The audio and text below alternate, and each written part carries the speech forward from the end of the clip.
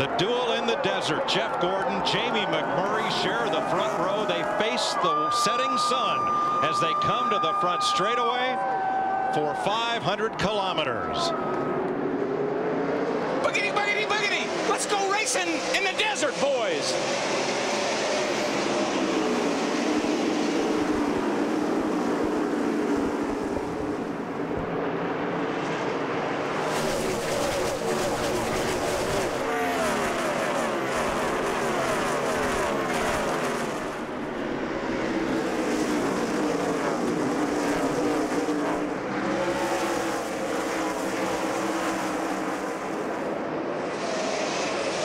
We got them 3 wide going down into turn 1, and of course it rained here last night.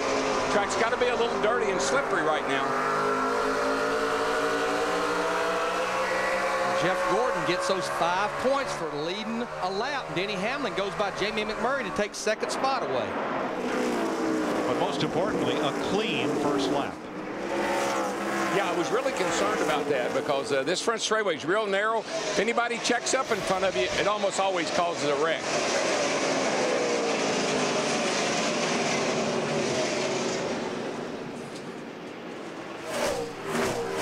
Gordon out front, 4-car single file. Jimmy Johnson heads a pack of traffic for 5th place. Look at that knot led by the 48 car. Martin Truex trying to move, so is Harvick, and Scott Riggs in the 10 backing up just a bit. Yeah, Scott in the 10 hung up on the outside, and he's losing quite a few positions. He might be able to get down there in front of Harvick. Looks pretty good for him.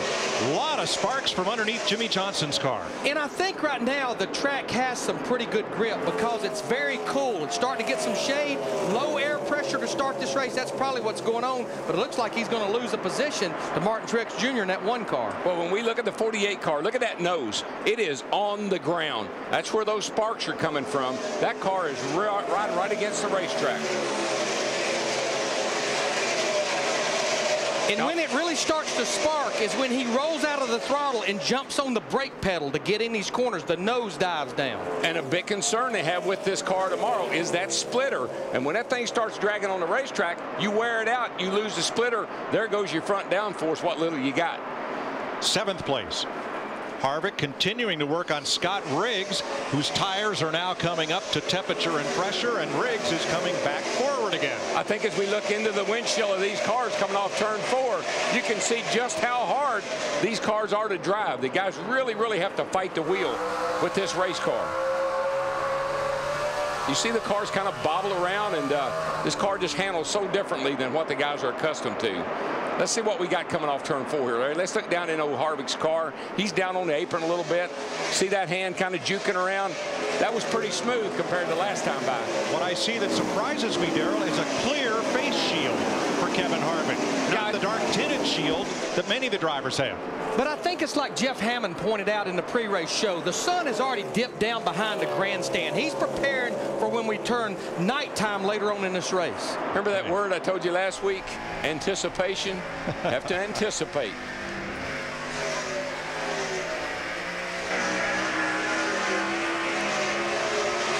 Let's get some late stories from pit road, beginning with Matt Yoakum on our pole sitter.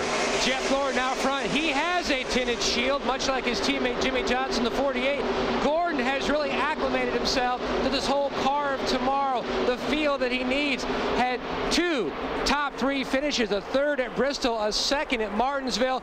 A win here would be huge because he's never won here in a Nextel Cup car. Right now, Gordon out front, just pacing himself. Dick Berggren. Well, Jamie McMurray said he doesn't care whether he's driving a car tomorrow or the car of yesterday. He woke up this morning with an upset stomach. He is so focused on getting through today without messing up. He started on the outside of the front row, Steve. Well, Dick, Denny Hamlin started 3rd, which is key because track importance is so vital here. Hamlin has only led 2 races this year, but they were both car of tomorrow races. He led for a total of 309 laps at Martinsville and Bristol. Also, his crew chief Mike Ford said he is great on flat, fast racetracks. He won both races at Pocono a year ago. Krista. Well, Clint Boyer has someone riding along with him. His name is Swagger. This was the site of his very first Nextel Cup Top 5. He won last night's Busch race, and in the new car, his finishes this year, 8th and 11th at Bristol and Martinsville. The COT, Mike, is A-OK for Clint Boyer. the race as we have a look at Boyer on the inside of Scott Riggs. Gordon the leader, Hamlin second. They're side by side for third, Kurt Busch and Jamie McMurray. And why Boyer is able to fight past his 10 car is his car went through the middle of the corner, and he's able to try to complete the pass on the exit of the corner down the straightaway. And we've seen Riggs kind of hung up on the outside, which tells me his car is just pushing up the hill. He can't get to the bottom because he's had a couple of opportunities. Of course, Boyer won the race here last night, and that car looks pretty good right now as well. Not the same car, but Boyer's got a win under his belt already this weekend.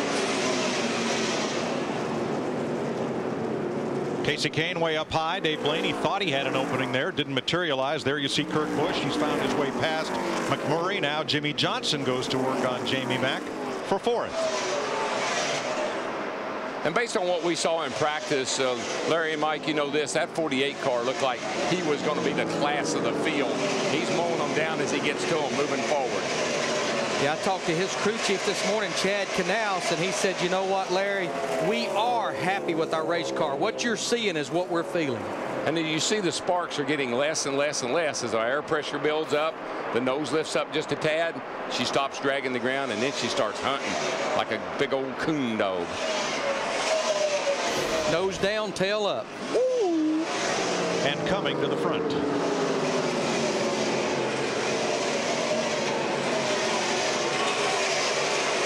Jeff Gordon has led every one of 13 laps so far. Denny Hamlin is beginning to close the gap on the race leader. You're watching NASCAR on Fox. 21 laps complete in Phoenix. Jeff Gordon has led them all, but Denny Hamlin closed up to within about 8 car lengths of Gordon, and then his march to the front just kind of ran out of gas. That's, you know, Jeff Gordon saw him coming. I believe Jeff picked it up a notch. Lap time say so. He was running 29.10. Now he's 29.9. He's picked up a couple of tenths, put a little gap between he and Hamlin.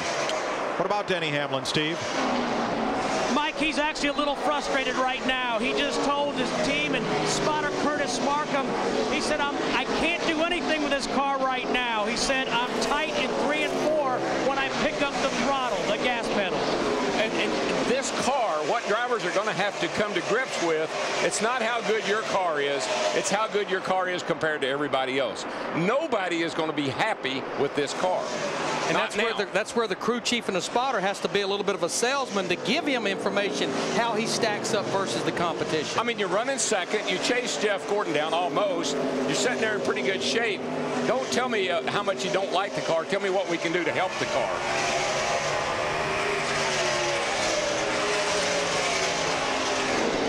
Hey, Darrell, Larry, you're exactly right. After Denny finished talking about the race car, his spotter said, hang with it, 10-4. By the way, third place, you're clear by 20. Yeah, I mean, that's really what you got to remember. Yeah, you're 20 car lengths ahead of third place, and he has the advantage of Curtis Markham being a former driver and a good one in the NASCAR Busch Series. So Curtis knows what that driver needs to hear. I love, a former driver makes a great spotter. There's the gap to third place, Kurt Busch, and fourth place, Jimmy Johnson. Martin Truex in fifth, Kevin Harvick sixth. McMurray, Stewart, Mears, and Kenseth, the top 10. There's the fight for ninth. This is the car I've been watching, especially on the scoring moniker. Matt Kenseth in this 17 car. He started back in 17th, and he's been working his way toward the top 10. And I'm sure their goal in this first run, if we stay green, which will be about 70 to 75 laps on fuel, get as much ground as you can. Robbie Reiser and that pit crew will get you a little more when we make a pit stop. Well, Larry, one of the things I'm seeing with this car tomorrow, the box, I like to call it, is there's really so much difference in the good cars and the bad cars. I mean, Jeff Gordon and Denny Hamlin are coming up on the rear of the field, and that's in 26 laps. So you're going to go a lap down on a 1-mile racetrack in somewhere around 30 laps. That's just hard to believe. And here's Hamlin with the nose looking underneath here. I'm going to make a run at him. Matt? The championship point leader has seen almost his entire full second lead diminish. Now just trying to hold off the 11. Gordon says the car is beginning to tighten up right in the center of the corner, especially down in turns 1 and 2. But you know, this is where Jeff Gordon and Steve Letarte have gotten a lot better this year. When the car gets off a little bit, they are able to fix it. Last year when the car get off, he just kept going back. This year they've been able to make the right changes, right adjustments. But I'm not surprised that cars are starting to get tighter. In other words, the front wheels are sliding more. We're approaching halfway of this run. It's burned the fuel off, so it's gaining nose weight. That hurts the turning of the car. You saw in the middle of turns 1 and 2, Jeff Gordon eased it back to the throttle, giving Hamlin the bottom of the racetrack, and we have a new leader, Denny Hamlin. Now, last week, David Stremme had a good run. A little bit of a rest here. They're going pretty good. This week, Stremme's in trouble. He'll be the first car to go 1 lap down. Now, what I just heard Mike Ford, his crew chief, Denny Hamlin's crew chief, is those guys are somewhat pitting down there kind of close to turn 1. Mike Ford said, I'm starting to see your brake rotors glow. That's another product of this car tomorrow, not turning. What these drivers will do, they'll start using more brake to make the car turn, and that actually can make the car push worse because it's going to send the front air pressures up. Yeah, I heard Mark Martin, a number of these guys say you can't charge down in the corner like we do with our old car. You got to slow it down. How do you slow it down? With the brakes. And that just multitude of problems when you have to overwork the brakes. Matt Kenseth trying to finish off the pass for 9th place on Casey Mears, but the National Guard car hanging tough, and now he breathes it into the corner. Kenseth makes the pass. Big Red right there behind him.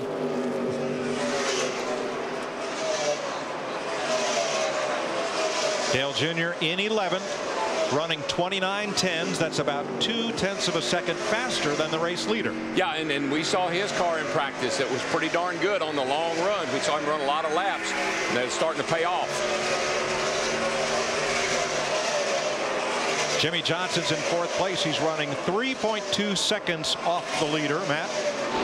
And Jimmy will tell you, having a great setup here at Phoenix, Mike, is all about balance, because turns 1 and 2 slightly different than turns 3 and 4. There is shade right now down in 1 and 2, but Jimmy's biggest hindrance, he says, is down in the center of 3 and 4, where it's just way too tight at this juncture. But his car is one of the fastest cars on the racetrack, now only 3 seconds back of the leader. I'll tell you the other thing you got to watch too, Mike, and Larry, is the front wheels. The front wheels are getting darker and darker. That's brake dust. And as that car wears the brakes, that brake dust gets worse and worse, and it can that's an indication in the pit when they change tires how much brake you're using. No, I know Matt Yoakum just talked about Jimmy Johnson being one of the faster cars. I've been watching this car right here, Martin Truex Jr., the 1 car, Dale Earnhardt's teammate from DEI. His lap times look about as good as anybody sitting back there in 5th position, and he's in a great spot right now. He doesn't have a lot of cars behind him or in front of him. He's just clicking good lap times. Well, their other teammate, Paul Menard, he just went a lap down. So the information must not have trickled all the way back to the 15.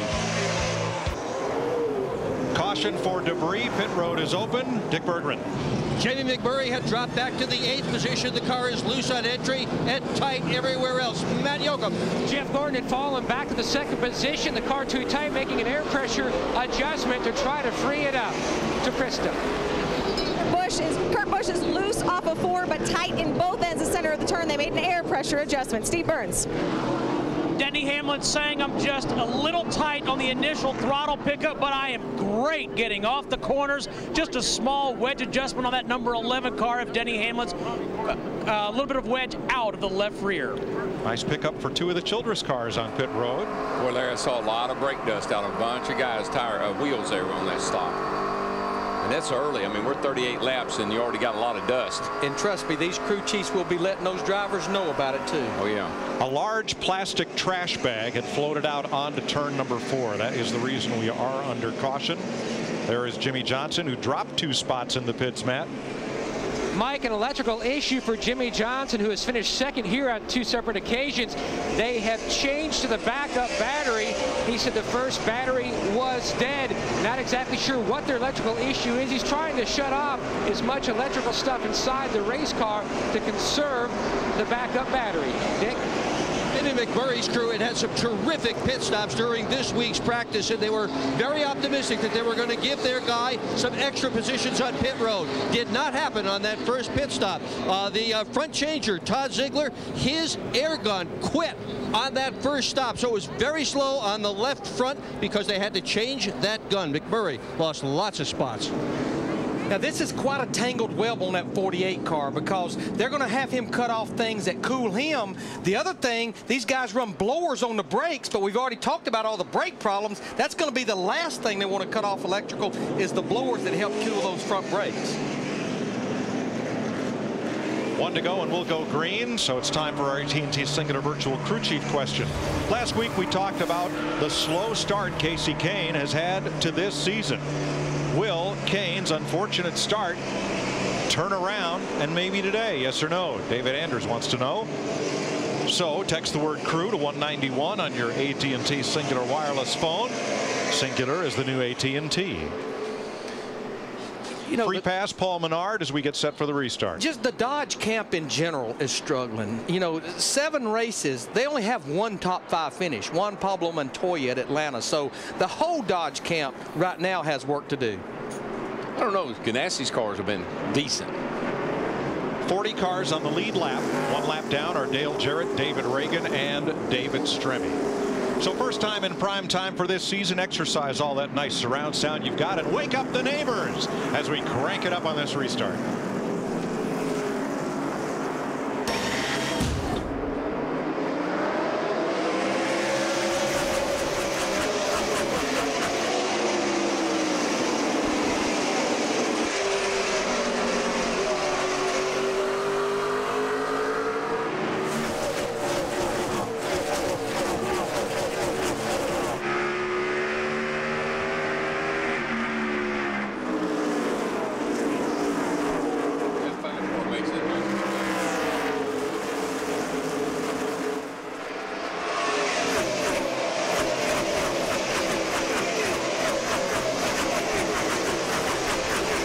Turn 1. David Reagan up and into the wall. Reagan was a lap down and in the midst of onrushing traffic and got in somebody's way. See Casey Mears in the 25 car there. David Stremme in the 40 car got his first top 10 finish last week at Texas, has moved up to 12th in the points.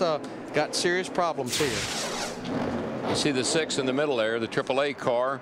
Jimmy Johnson looking on the inside. Here comes Tony on the outside in the 20. He just loses it. I guess it mostly just trying to stay off of Tony. Tony was on the outside, and Reagan just kind of lost it trying to stay off of him. And just nowhere for Stremme and Casey Mears to go. They were in a box. You see him start to ease up. He knows they're probably telling him Jimmy Johnson's there. He and Tony actually make a little contact. Tony did a good job of hanging on to his piece. You could see him fighting it in there. Look at the 17 slide by. Second week in a row, David Reagan is part of an early incident.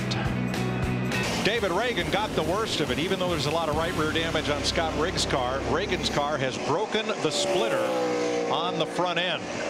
No, Casey Mears able to continue. He split the splitter, which is hard to do to a splitter. Good point. It's already split. Here's how it happened. Reagan trying to stay off of Jimmy Johnson, gets up and just into Tony Stewart. That's got to be that they're telling him Jimmy Johnson inside, inside, inside, but they forgot to tell him Tony Stewart outside, outside, outside. You get a feeling with that shot right there, he never knew that 20 car was there. No. Getting ready for the restart. The free pass was Dale Jarrett. 41 cars on the lead lap. David Stremme in the garage from that one, and we get ready to restart. Denny Hamlin, Jeff Gordon, Kurt Busch, Kevin Harvick. Now, inevitably, I know this looks like it's going to be all right, but keep an eye on these restarts because we always seem to have an accident on a restart before the night's over.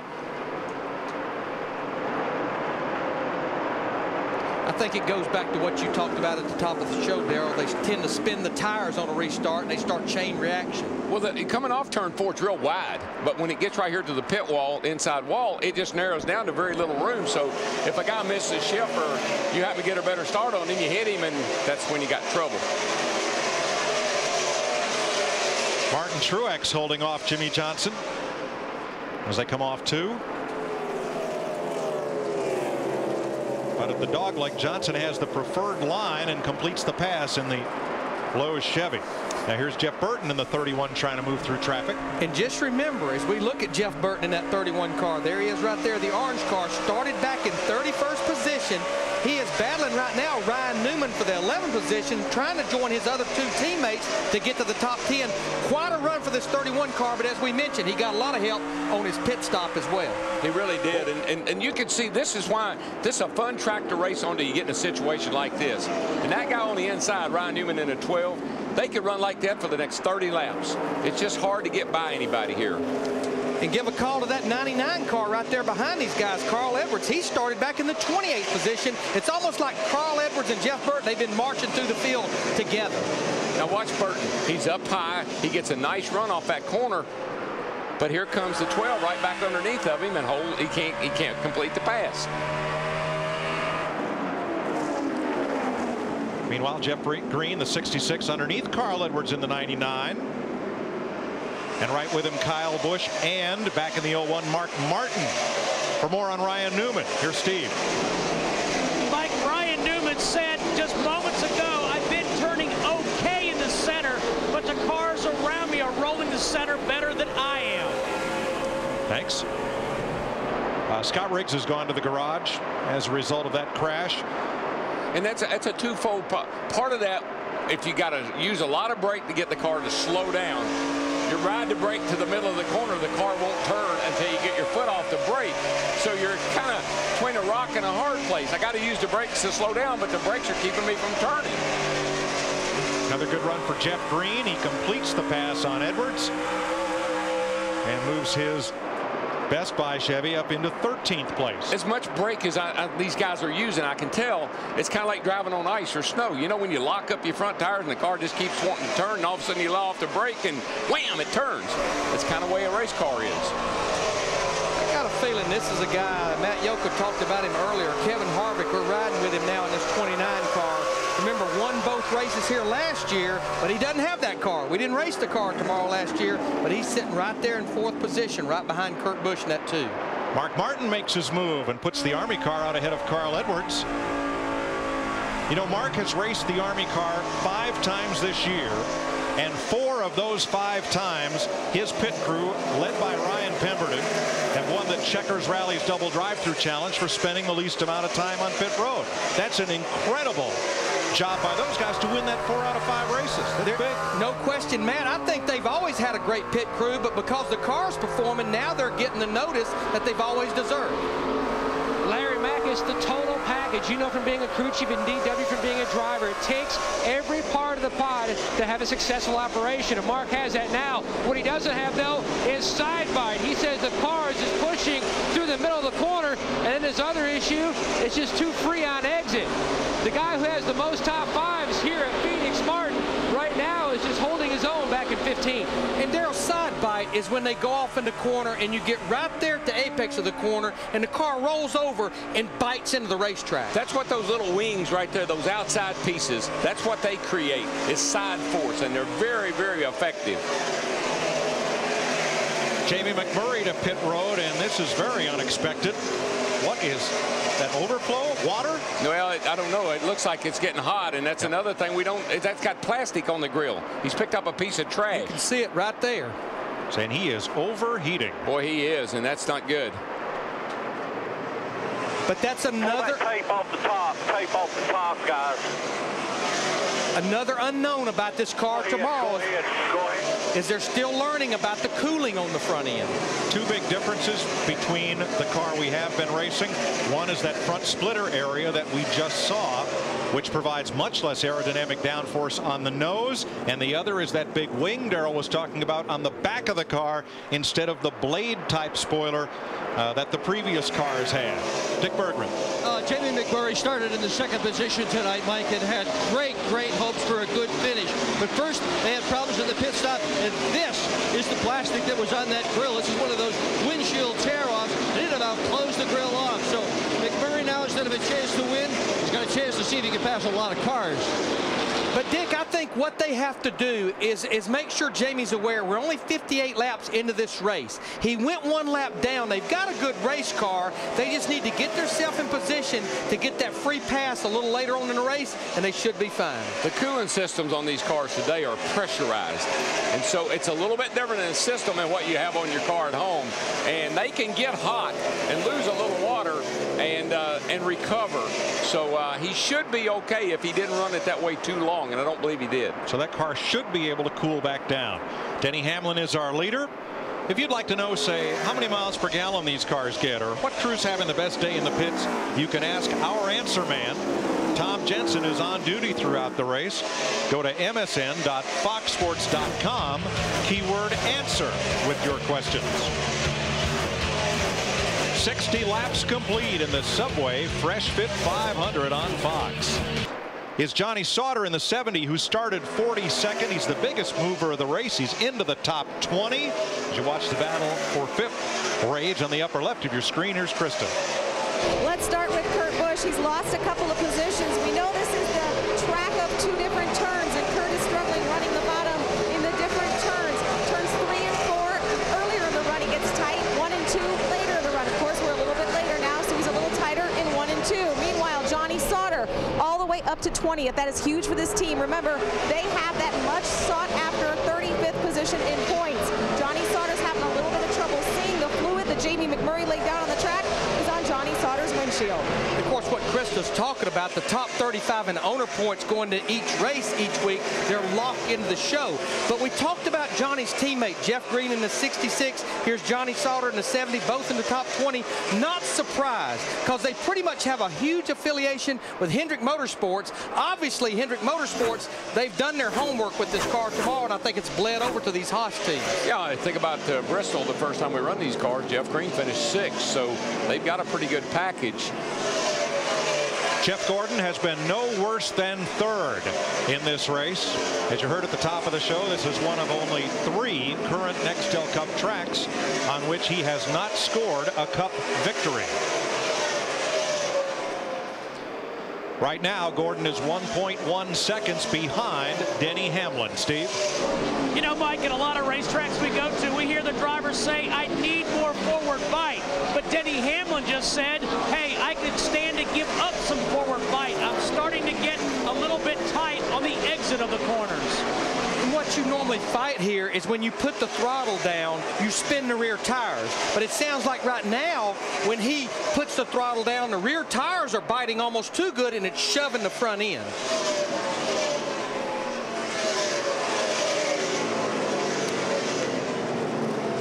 Hamlin, the leader by 1 second. There's the 24 of Gordon. And Kevin Harvick is 3rd, kind of holding pace with Gordon. Matt, he's 1.8 seconds out of the lead.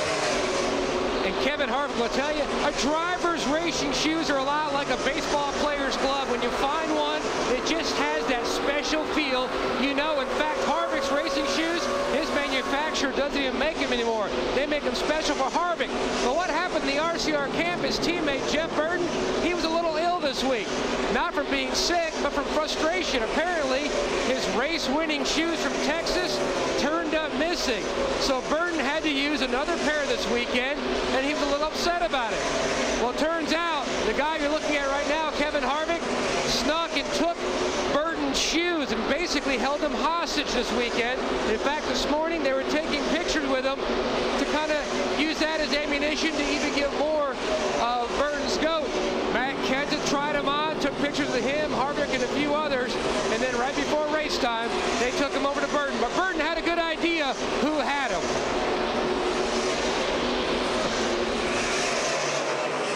If the shoe fits, wear it, right?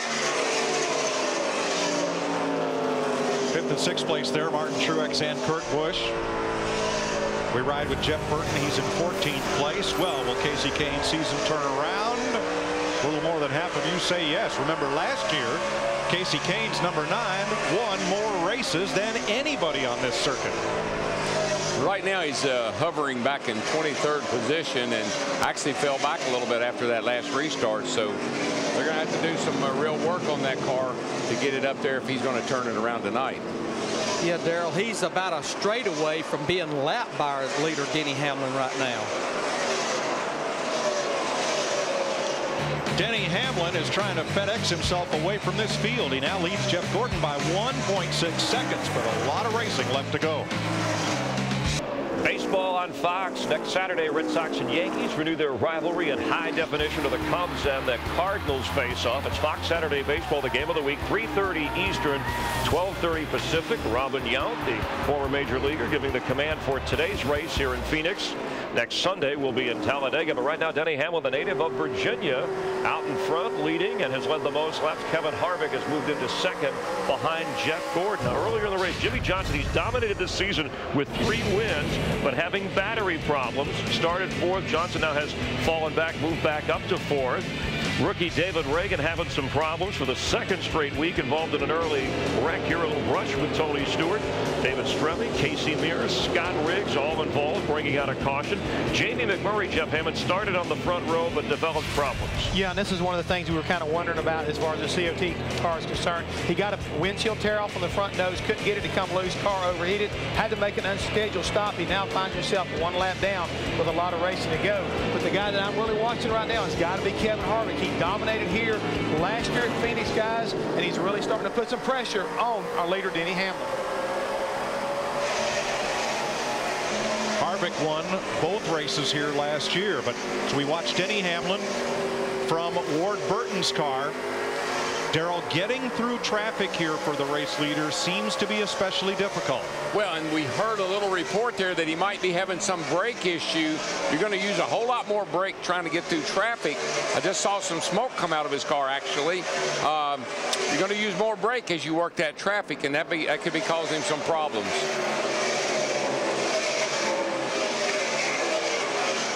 Jeff Gordon, Jimmy Johnson, 3rd and 4th, and separated by a car length as they try to lap the 38 of David Gilliland.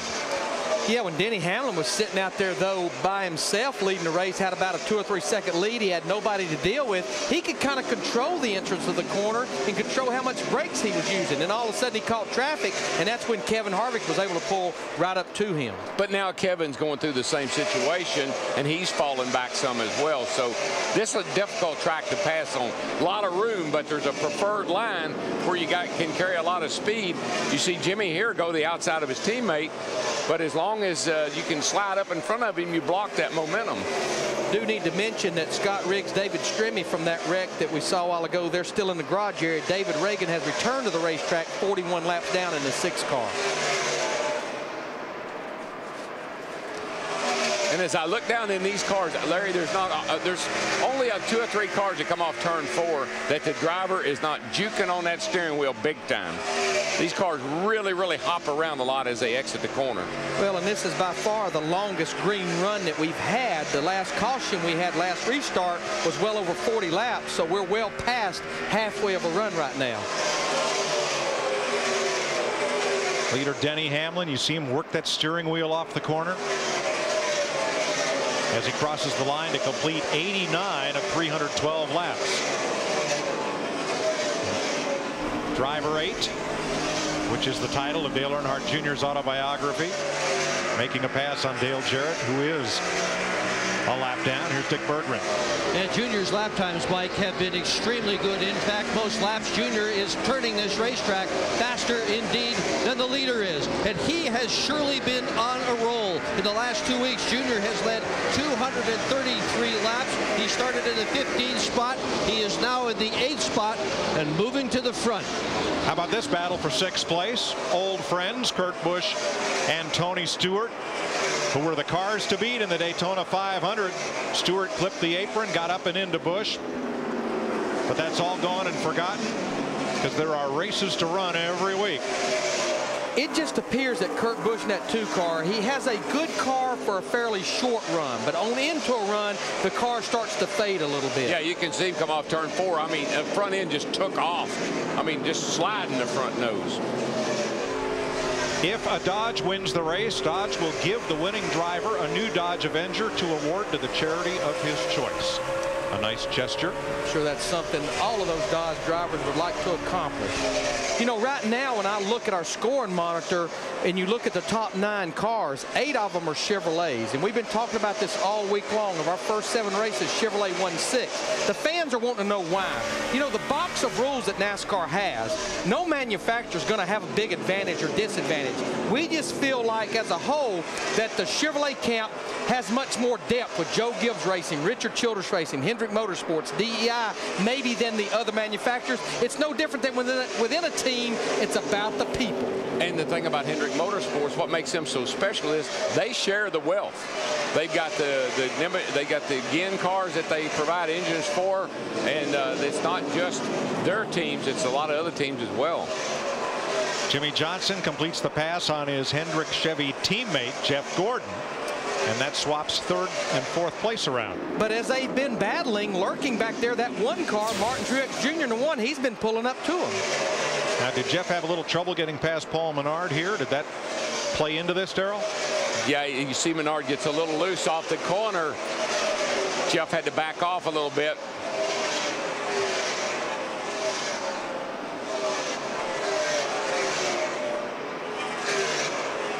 Man, the 17 is just rubbing the wall down the front straightaway there. I'm not sure what created that issue, unless he and Dale Jarrett maybe had a little conversation. That 17 was up against the wall coming down the front. Matt Kenseth is in 11th place, the leading Ford in the race right now, Dick. Well, you were wondering, Darrell, Matt Kenseth had just come on the radio a couple of laps before he came off that corner so close to the wall and said, loose off. Yeah, loose in, too. Loose into the wall, because he was rubbing that baby. But Darrell, don't you feel like as long as your car is turning good in the middle, you can make an adjustment to help that forward bite and tighten that thing up, as long as it's not doing 2 things at one time? Yeah, I mean, there's so many things about this car that we're not sure about. Do you move the track bar? Do you put wedge in? You know, we know you're not going to move the blades. You're not going to move the wing. Right. This is only the 3rd race for NASCAR's Car of Tomorrow. They've been developing this package for 3 years, initially to improve driver safety with improved onboard safety features and a larger driver compartment. They've also tried to help equalize competition. But folks, there hasn't been a NASCAR car with a rear wing since 1971. So this technology is all new to these teams. There you see the battle on the left-hand side of the screen, Kurt Busch and Dale Earnhardt Jr. That's a battle for 7th, and then the battle for 4th is we've got caution down for debris on the speedway. It's in turn 1, we're told, and this will be the 3rd caution flag of the day. The first was for debris in turn 4, the second for a 3-car pileup in turn 1. And we're under caution for the 3rd time. A very convenient caution for guys. We've been talking about him a lot during this race, especially like Casey Kane in that 9 car. He was within about 2 seconds of going a lap down. And for all our friends and fans at home, whenever they say there's debris, we show it to you if we can see it, if we find it. Our race leader is Denny Hamlin. He's been out front twice now for a total of 69 laps, Steve. Yeah, Mike, just listening to Denny Hamlin on the radio in the prior laps, he's describing his brakes as pushy, and he just told Mike Ford and Curtis Markham, I'm trying to be easy, I'm trying not to get on the brakes, they feel pushy. Pit road is open, here they come. Kenny Strader stays out on track, he'll get the free pass. Krista? Martin Truex having a great run right now. He just got on the radio and said, Bono, my car is really pretty good. I'm locking up just a bit going into 1, and I just need to turn better in the center. It's 4 tires for Martin Truex. Steve Burns. Chris, a very small adjustment for Denny Hamlin. A little bit of air out of the right front, and let's go to Dick. Junior says his car is pretty good, but he wanted to do a little bit of an air pressure change on the right front to help the car turn better. It's pushing just a little bit. Matt. Kevin Harvick stopping short in his box, so that way he has an easy exit around the 24. Small air pressure pressure change for Harvick. Just needed help with some forward bite up off the corner. Hamlin, Harvick, and the two Hendrick cars of Gordon and Johnson lead the charge off pit road. What I like was that 12.9 on Martin Truex Jr., Kevin Mannion in that group. And that is 4 tires. It's not 2. 12.9 seconds. Yes, sir. Wow. We're under the third caution of the day. NASCAR has electronic scoring on pit road, and it measures pit road speed for every car. They have a 5-mile-an-hour tolerance, and beyond that, it's like photo radar. No call, no appeal. You get the ticket, and that's what happened to Denny Hamlin. Too fast coming down pit road to get to his pit, even though he was the race leader. You must maintain pit road speed. Hamlin was too fast, and he will restart at the tail end of the longest line. And remember, these cars, they do not have a speedometer. They go off the tack reading. Right before Darrell tried to talk to Jeff Burton there on the pace laps, he gave Scott Miller 4,900. That was based on the speed the pace car was running to get his pit road speed by the tachometer. So Kevin Harvick is the leader as we take this restart from our DLP Ultimate Picture Cam.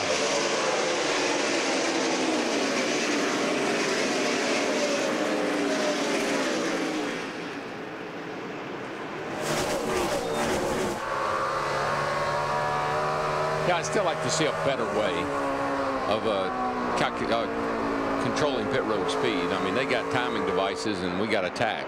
And we got a battle for the lead. Jimmy Johnson in that 48 car hunting the front up there with Kevin Harvick in the 29.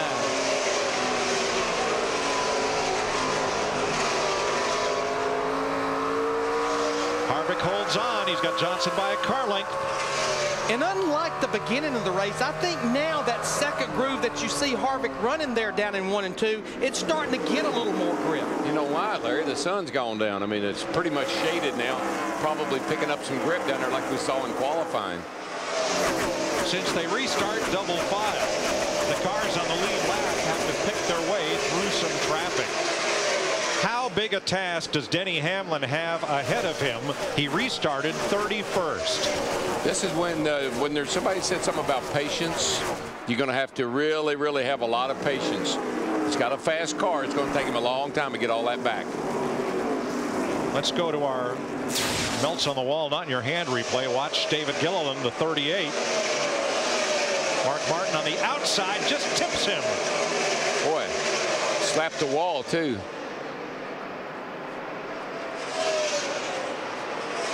Looks like he'll be okay. Let's get the reaction from Denny Hamlin's pit. Steve? Well, Mike, his reaction was he was incredulous. He thought the team was kidding. He said, guys, he said, I'd never changed my speed once I slowed down.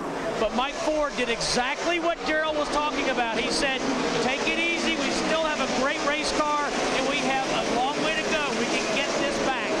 And Steve, we looked at the replay during the break. He was pulling away from Kevin Harvick as they came down pit road. There was definitely a difference in speed between those two cars. Here's what concerns me, though. We've already been talking before the third way of this race, the 11 car having brake problems, brake issues. Now he's really going to have to use some brakes. But what he has to remember is, dude, you can lose it in the pits, but we can get it back in the pits too. A little pit strategy, maybe 2 tires. I don't know what they'll do, but give them a chance to help you get it back. Hamlin restarted 31st. He's gained 4 positions. Let us show you what we saw as Denny Hamlin comes onto pit road. Watch he and Kevin Harvick right behind. They're nose to tail there at the first timing line. And watch what happens here. Looks like he gooses it just a little bit and gets a little gap between he and the 29 car. And as we've said, there's a 5-mile-an-hour kind of free zone. But after that, if you're 1/100th of a second too fast through a section, other than what they give you, boom, you got a ticket. Yeah, and pit road speed is 45 miles per hour. That means they give them up to 50. So we see Kurt Busch again on fresh tires going by Dale Earnhardt Jr. in the 8 car. That was a battle for 6th place. But you can see how much brake they use getting into these corners at the end of these long straightaways, and you don't have a real low gear to help you on de-acceleration. How you can help your brakes is you get the car woed up and then get off of them. Don't ride the brakes all the way to the middle of the corner. That's where you create all that heat. Use what you need and then get off of them. Yep.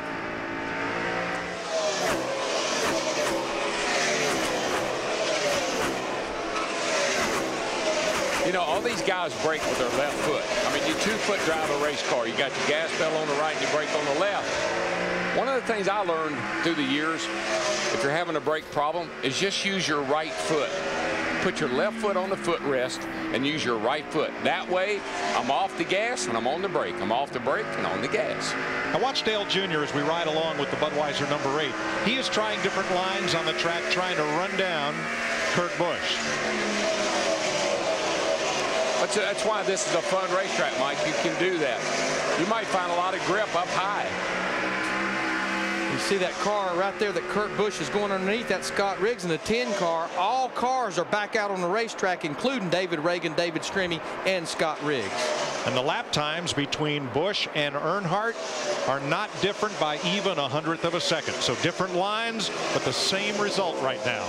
And Darrell, this could be where we start seeing some comers and goers. I think now the track is getting rubbered back in. You and Jeff talked about that in the pre-race, the hard rain we had last night. Plus, it's really starting to cool down and gaining a lot of grip. Yeah, and we've had a couple of 3 shots at making it better, too. You know, we've had a chance to work on our car a little bit, air, wedge, whatever, and that usually makes a big difference, too. Dave Blaney, as is often the case, is our Toyota top performer in the Caterpillar Camry. Qualified 11th, currently 22nd. I don't know if it's in my mind, it's a correlation. His crew chief, Blaney's crew chief, Kevin Hamlin, came from Richard Childress Racing.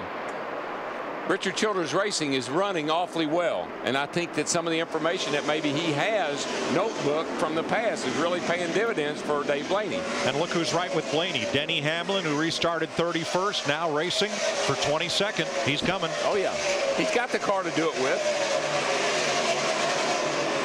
And you know, the good news for him also is that this early in the race, guys are going to be a little more forgiving. They're going to cut you some slack. They know he's fast. They'll give him some breaks right now.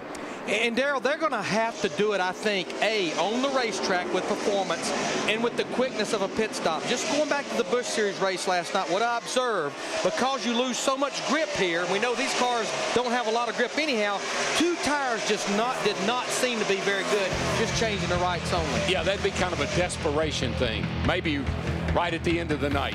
Desperate people do desperate things. That's what I've been told. 123 laps complete out of 312 here in Phoenix. Kevin Harvick, the Shell Pennzoil Chevy, has led 24 laps. He's out in front right now by 1.7 seconds. And Kevin Harvick today will give us our DLP amazing moment. Kevin swept the 2 Phoenix races here last season. The first in April, beating Tony Stewart, and the second in November, besting Jimmy Johnson. I'll tell you one thing, is we had a shot at Kevin in his car there, Mike. He sure looked comfortable. Settling in for the long run. And look, I mean, he's not really cranking the wheel. So I think if we look at other cars, they talk about a car pushing. This car is not pushing. It's fairly neutral. See how he just got his hand up to the top. It's not going on over center there. So that car is really, really free and really turning well. He doesn't have his hands full at all right now. No, he really looks very comfortable. The car's working. He's not having a fight with it. Kind of looks like he did here last year a couple of times. Which really surprised me, because I thought the car tomorrow, I thought it would maybe mess up their setup, but it looks to me like it's working as good as it ever is. As we say, the cream still rises to the top. Meanwhile, Denny Hamlin, who started 31st, has moved up into the top 20. There he is right behind Tony Raines. Hamlin is 19th, but he made a pass while we were in break that'll take your breath away. Our Allstate Good Hands driver. Let's make it the 26th of Jamie McMurray, because here comes Hamlin filling up his mirror. He wants to get past the 41 of Reed Sorensen, the target car. Gets position, and McMurray goes up and out of the way, and you're faster than me. There you go. So Allstate will donate $1,000 to the Urban Youth Racing School. Allstate, official insurance sponsor of NASCAR. Here's our Fox 3D look at it. Just enough room to thread the needle. Definitely some giving and taking there, definitely. Good spotter, good job on the spotter's part, because those spotters have got to tell him where he is and what he's doing. You ever try to thread between two 3,200-pound needles? I know you have. Yeah, made it a couple of times. So Hamlin is now 18th and closing on Johnny Sauter, but it's a long way back to the front. Darrell talks about this a lot. Leader at the line now. That's the information they've got to give Denny Hamlin, because right now, when the leader, Kevin Harvick, was at the start-finish line, which is our reference point, Denny Hamlin was just coming off turn 2. So right now, he's well over a half a lap behind our leader, Kevin Harvick. Here's Hamlin coming to the line now, and that's 18 seconds, 18 and a half. And our leader, Kevin Harvick, was in the middle of turn 3 and 4. There's your leader, Jeff Hammond. Things I found interesting in the final practice yesterday is that Kevin Harvick wasn't very good in the first practice, but they actually got the car dialed into the point that he parked his car early. He felt that confident of his race car and the way it was going to perform tonight. And I really believe that he had that much confidence. I mean, that's just overwhelming to me. Darrell, you and Larry both have been in that situation. When the car is that good, you don't want to trick yourself out. No, and you can tell. You know, I mean, he won both races here last year. You know if this car is going to perform, and there's some more trash stuck on the outside right corner of the 17 car as well. Looks like another windshield tear off. And it's water temperature. It is not on the grill part. It is not on the grill part. It's just stuffed up on the right side. Well, the thing about it, Dick Bergman, it may not be in front of where the air goes in to cool the radiator, but it looks like it's right over that right brake duct that cools that right front brake caliper. The grill area, we are okay here. It could also be responsible for the fact that when this run started, Kenseth got on the radio and told the crew that the car turned great. It was just terrific. A few laps ago, he got on the radio and told them that the car was real loose. Coming off the corner, he was having trouble hanging on. He had closed on Earnhardt, who is right in front of him. Earnhardt had been having chassis problems, car loose in and out, tight in the middle. Looked like Kenseth was going to pass him, and then he started going further and further back. Well, and to pick up on what Larry said, when you've got this down, here's where your brake duct is. When you have that open, then you're taking air in there. When you close that up, now you're creating some extra downforce, and that's why the car was turning so good. Pinning that right front corner. Planting that right corner down. We're 133 laps into this race. 312 is the total. And there, back at 18th position, Johnny Sauter giving up a spot to Tony Raines. Kevin Harvick is your race leader. Harvick has led the last 34 laps of this race. Pole sitter Jeff Gordon led 28 circuits, and Denny Hamlin has led 70 laps. Hamlin, though, when he made his pit stop under caution, was judged too fast coming into his pit by NASCAR's electronic scoring, had to restart at the tail end of the line 31st. And his number 11 now battles Mark Martin for 16th position. And he's made some, I saw that aggressive pass he made there a minute ago, but he also is being very smart about it.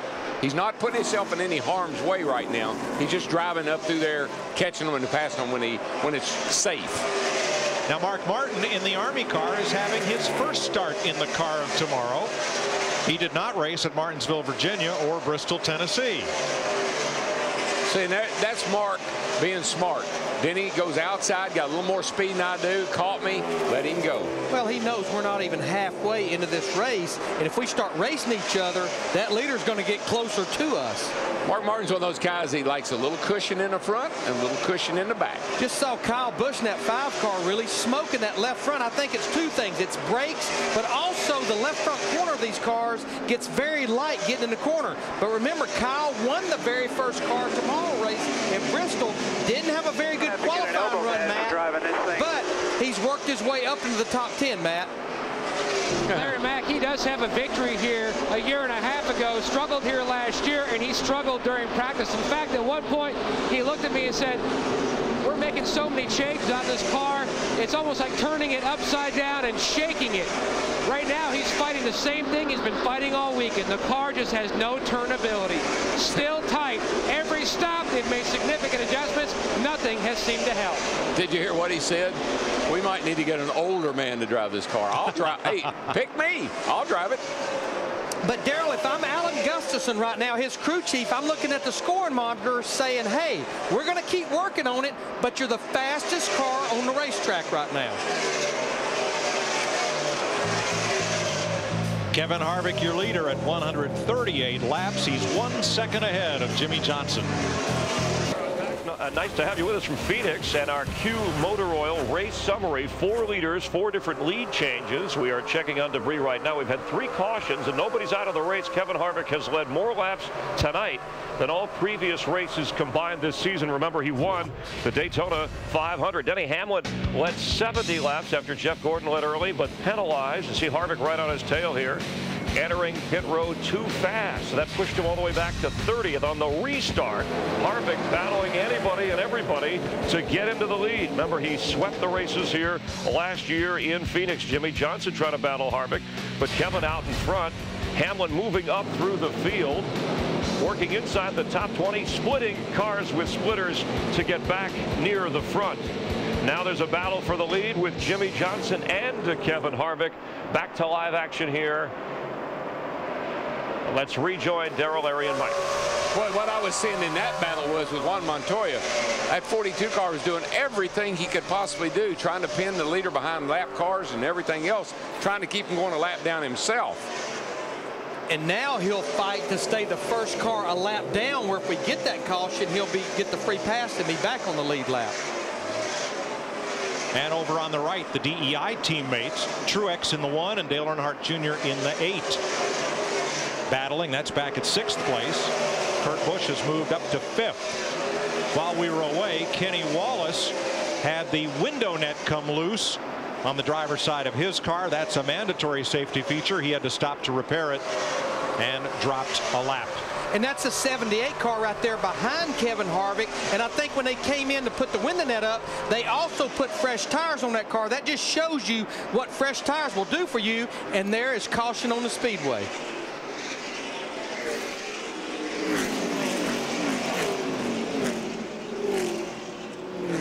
Have to check and see whether Sterling Marlin or Juan Pablo Montoya will be the car that would get the free pass. It depends on whether or not Harvick, there's the debris between 3 and 4. Now that's just rubber. That's all that is.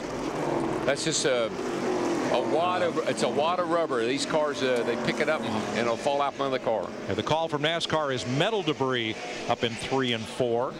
Maybe a little further up there. Yep. There are some. That's tape. Montoya will get the free pass. He was the first car 1 lap down at the scoring loop. The cars passed immediately prior to the caution flag coming out. So caution is out for the 4th time and pit road is open. Everybody on the lead lap can pit this time. Krista. Tony Stewart heated on the radio because he wants to race. He's tired of cautions. He said his car is just a little bit free. Steve Burns. Jeff Burton says the biggest place I'm getting loose is getting into turn 1. My rear grip is better, but I'm struggling in the center. Dick? Junior consistently running in the top 10 says the car is 60% loose, 40% tight, and he has let the crew decide what to fix it. Matt. Leader Kevin Harvick says the car still too free on exit. Great stop by the Shell Pennzoil guys. They made an air pressure adjustment of both rear tires in the previous stop. Made another air pressure adjustment this time as well. Hey, the guys that rose to the occasion that time, Greg Zeppedelli in that 20 car with Tony Stewart. I know they only gained 1 position, but they had an awesome stop. 31 had some sort of issue.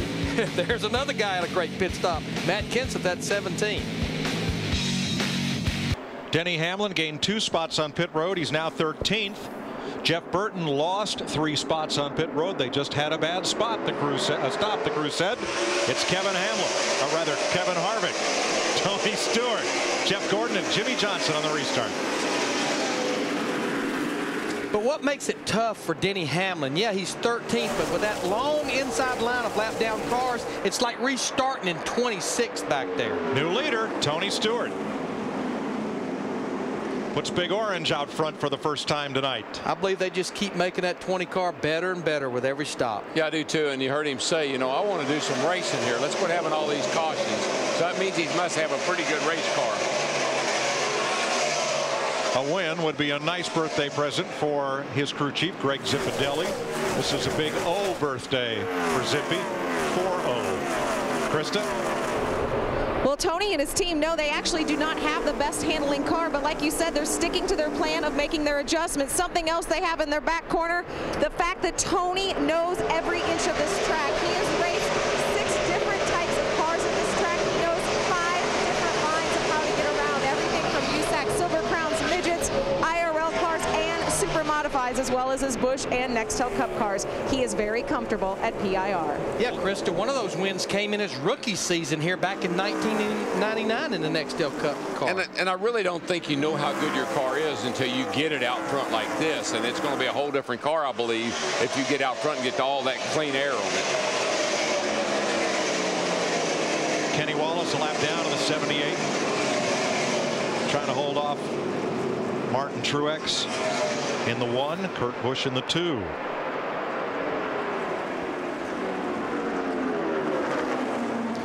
See Jamie McMurray right there in the 26 car started to race on the outside of the front row. Right now he's 1 lap down because of having to come to pit road under green, overheating, and Denny Hamlin just continues to march back to the front as he battles Carl Edwards for 12th, and I mean literally battling.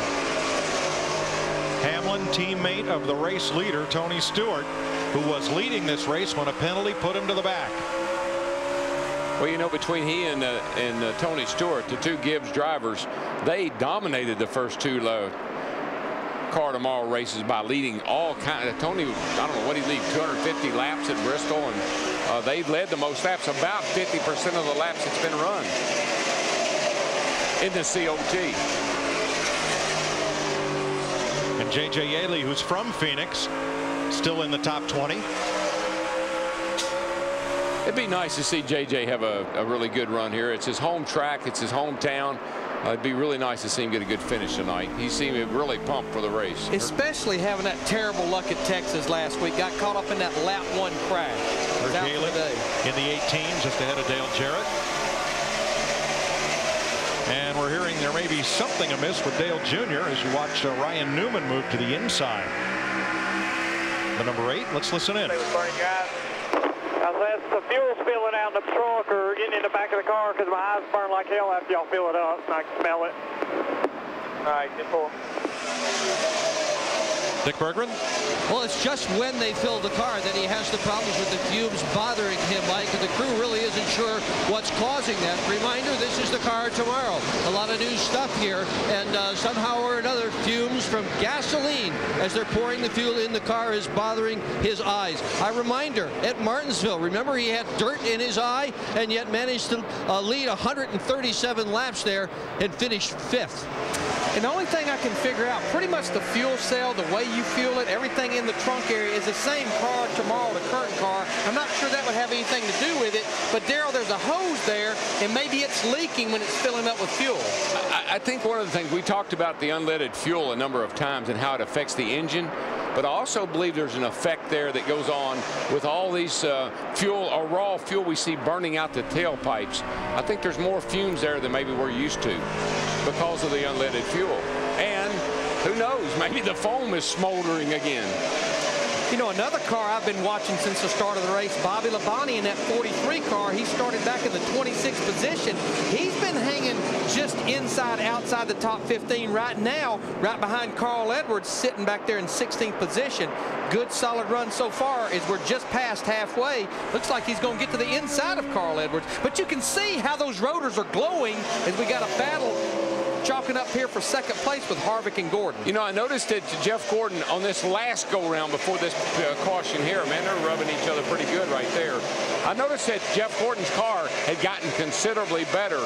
He was actually chasing down, I forget who was leading at the time, it was Harvick. He was actually chasing him down, and you see here he's going by. Jeff Gordon's 24 started on the pole. Here comes his teammate to the inside, Jimmy Johnson. Bold move there, diving under Kevin Harvick. Yeah, kind of Kevin lost his momentum as Jeff went by on the outside. It gave Jimmy a chance to shoot to the inside and make what he hopes to be a pass here. Fighting for third.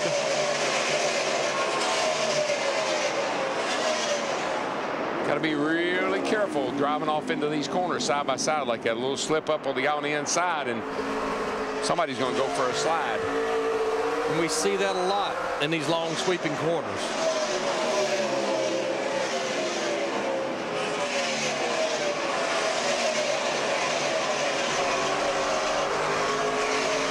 Just ahead of these two, we're told that Jeff Gordon has a left front tire rubbing on his DuPont Chevy.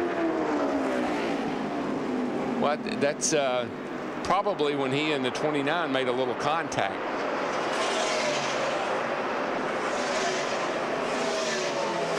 Now the problem with these two guys running side by side is they're losing almost 4/10 of a second to our leader Tony Stewart right now. They're running 29 flat. He's sitting up there running 28 50s and 60s. Right, and Larry. Matt Kenseth is catching them in that 17. Kenseth's catching them, and Jeff Gordon's driving away from them. I think they just got the message. Yep, this battle has to resolve itself. Stop playing games and get in line. Because you can choke each other down here the way they were running there. You just lose all your momentum. And here comes Kenseth in the 17. What you want is a car to work nicely on the outside like Kenseth is in 1 and 2, and then be able to run the bottom in 3 and 4. That's the best way around this racetrack. See if we can spot where Jeff Gordon got that damage on the left front. Boy, those rotors on the 29 are red hot. Let's see what we got here, guys. Yeah, that's what I thought. He and Harvick, they get really close together. Yeah, that's not much. It's not much, but it doesn't take much. Got to remember that's in slow-mo. Didn't even scuff the paint off of Harvick's car. And Steve Letarte talking to Todd Berrier right there.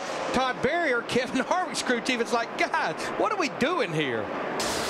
Neighbors.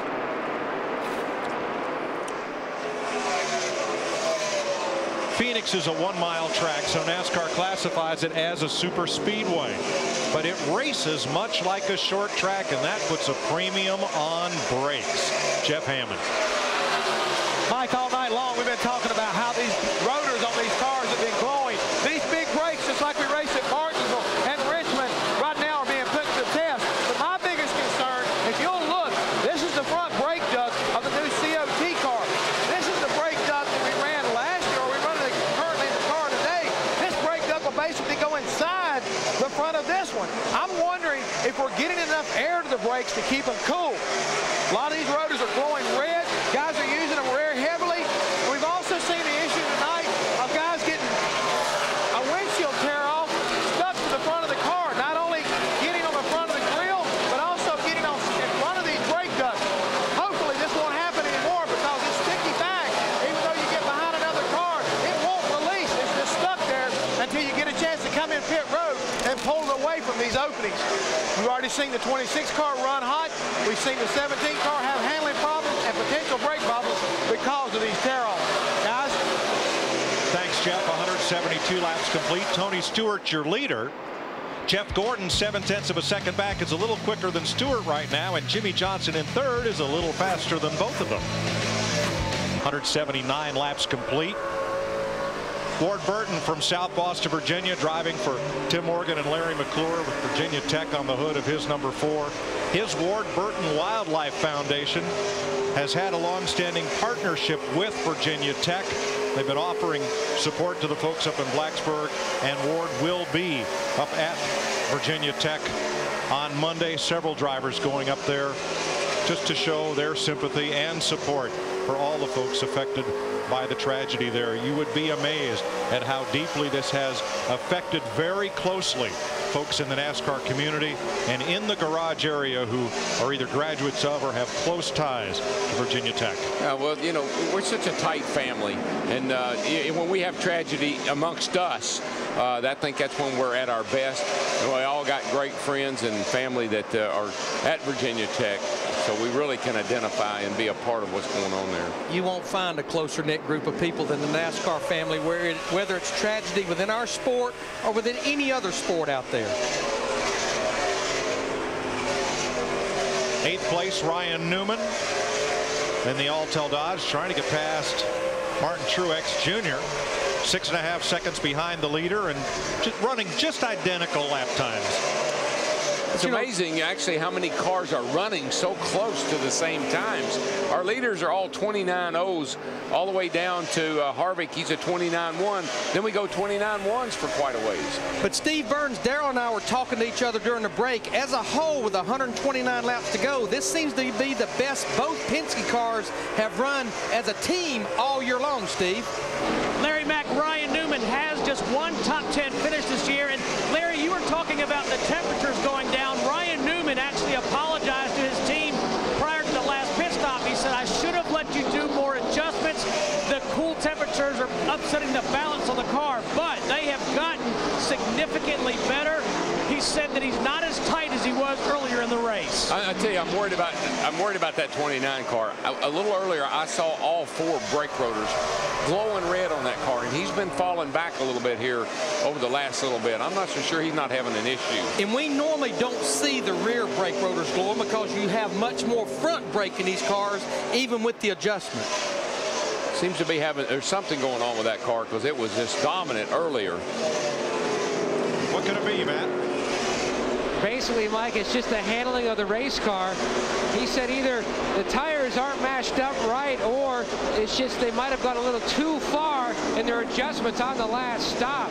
He says the car just has no grip whatsoever. He's just hanging on right now. Well, Matt, he's going to have to hang on for about 35 or 40 more laps because that's how long it is to our next pit stop should we stay green. And that's why I think the rotors were glowing. When the car doesn't handle, you just got to use a lot more brake. Kurt Busch in 6th place. His teammate Ryan Newman 7th. They're the 2 leading Dodges in this race. Well, that car right there last weekend could have won that race at Texas. Kurt Busch could have. He had a great car down there, pitted, and the caution came out. 187 laps complete. Tony Stewart's picked it up. He's once again just as quick as the rest of the front 5, and Stewart is out front by half a second. Tony Stewart is in a hurry. Watch from Dale Jarrett as Stewart threads the needle between Jarrett and Ward Burton. Why? He's got Jeff Gordon right up his bumper. That's why. See Jeff back there. You can do that off that corner. We saw Denny Hamlin do it. As long as everybody cooperates, you can do that. And not far behind Jeff Gordon, you saw that 48 car, Jimmy Johnson, who has now taken 2nd spot away from his teammate, Jeff Gordon. 48 car's just been lurking back there, I believe.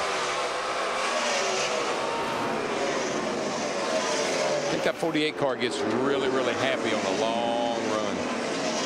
Juan Pablo Montoya trying to stay on the lead lap as Tony Stewart moves around the outside of the 42. And puts the 7-time Formula One winner a lap down. See Jimmy Johnson, the 48 car, still sparking. He's been sparking for 195 laps, and we got 117 to go. Now, Denny Hamlin was leading the race when he pitted, got a speeding penalty, restarted 31st, did a good job of climbing up to the top dozen, but that's where he's stuck in 12th place. Yeah, it gets a little, the closer to the front you get, it gets a little bit harder every time you catch somebody.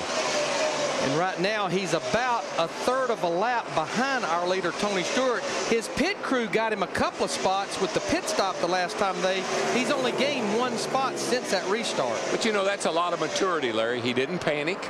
He got himself back in the top. He's 11th now, so 12th. Another good pit stop, another round of adjustments. He'll be right back in it. And a good run for Jeff Green. 1 spot there behind Denny Hamlin. He's been a top 15 car all evening. He's got to be kind of liking this car tomorrow. I mean, he's had some two good runs in this car. 197 laps complete. Tony Stewart, your leader by 0.8 of a second over Jimmy Johnson. Earlier today, Jeff Hammond filed this State Farm safety report. We've seen where crashes at the front of the car can lead to the car catching on fire. And the reason for this is for the fact that the fuel pump, which is bolted to the front of the engine, gets broken off. The fuel inside the pump can create the fire, and the fuel siphoning down the fuel lines can also add to the blaze. Because of this, NASCAR decided to lead the development of a cable-driven pump by Waterman, which is located in the trunk of the car. Now, this pump can be mounted to the top of the check valve, which this one is here, or it can also be mounted to the back of the rear firewall in the trunk area. Now, the key reason of this is when the engine stops, the fuel flow stops. And any driver will tell you that in the event of an accident, if you can reduce the chance of fire, it's a better thing. Thanks, Jeff.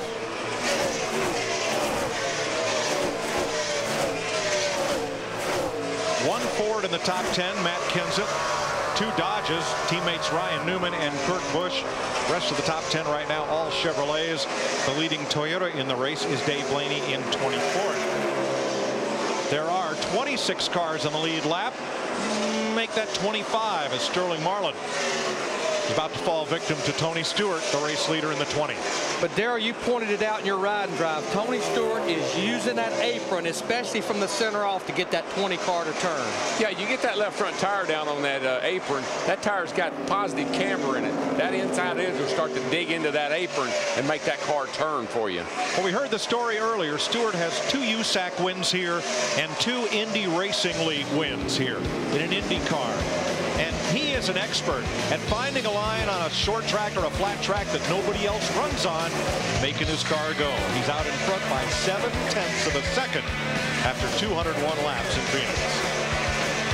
Tony Stewart leading Jimmy Johnson and Jeff Gordon with 104 laps to go. Matt Kenseth running 4th. That's our Ford bold move or moves. In fact, the only non-Chevy to win this year, and since Daytona, he's been 11th or better. Matt Kenseth in his Roush Fenway Ford. So far in this race, the pole sitter Jeff Gordon led the first 28 laps. He had some communication problems early. Tony Stewart had problems early, involved in a wreck, and then on lap 155 taking the lead, the 7th lead change. And after that, Jeff Hamlin, look at these battles with Kevin Harvick and Jeff Gordon, and then Kevin Harvick and Jimmy Johnson. We said this was a little big short track, and you see these guys are here racing door handle to door handle. This is one of the best things about this racetrack here in Phoenix. 6 leaders, 7 different lead changes. Jimmy Johnson and Harvick going at each other right now. Jimmy Johnson currently running 2nd behind Tony Stewart. Jeff Gordon's 3rd, Matt Kenseth's 4th, Ryan Newman running 5th, and Kevin Harvick running 6th. Tony Stewart currently your leader. Saturday night, all right for racing, and don't forget Saturday, a good time to tune in for Fox Major League Baseball. A caution is out with 102 laps to go, our 5th caution of the race. See right now the leader right there taking it. It's their 5th caution. And this right here, Chris, in my opinion, is one of those times it's really going to weigh heavy on the pit crews as they get ready to come under and be picked up by the pace car here and get ready to make their pit stops. Tony Stewart, the 2nd Phoenix race led in the last 9 events that he's run here. We'll see how the caution affects his lead. Let's rejoin Darrell Waltrip, Larry McReynolds, and Mike Joy. Thanks, Chris. Debris between turns 1 and 2 will put us under the caution flag.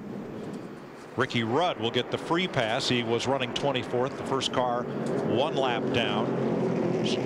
When the leaders pit, Ricky will be able to come around the track and get back up on the lead lap. Tony Stewart brings the field onto pit road, and I should have said he had 2 IRL runner-up finishes here, not 2 IRL wins, but he's going to pit right in front of Kristen. Tony Stewart says he needs to cut better through the corners. That's really the only thing the number 20 Home Depot Chevrolet is missing right now, cutting in the corners. He needs that pivot. Steve Burns. Krista, Ryan Newman says his car feels pretty darn good. Let's just make half the adjustments we made last time. Chassis and air pressure. Dick.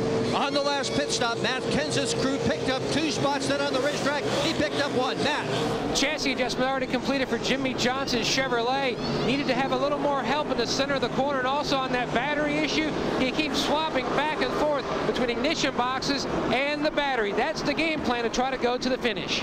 How about that battle off pit road? Those 4 guys right there, Kenseth, Johnson, Gordon, and Stewart, almost went across the line simultaneously.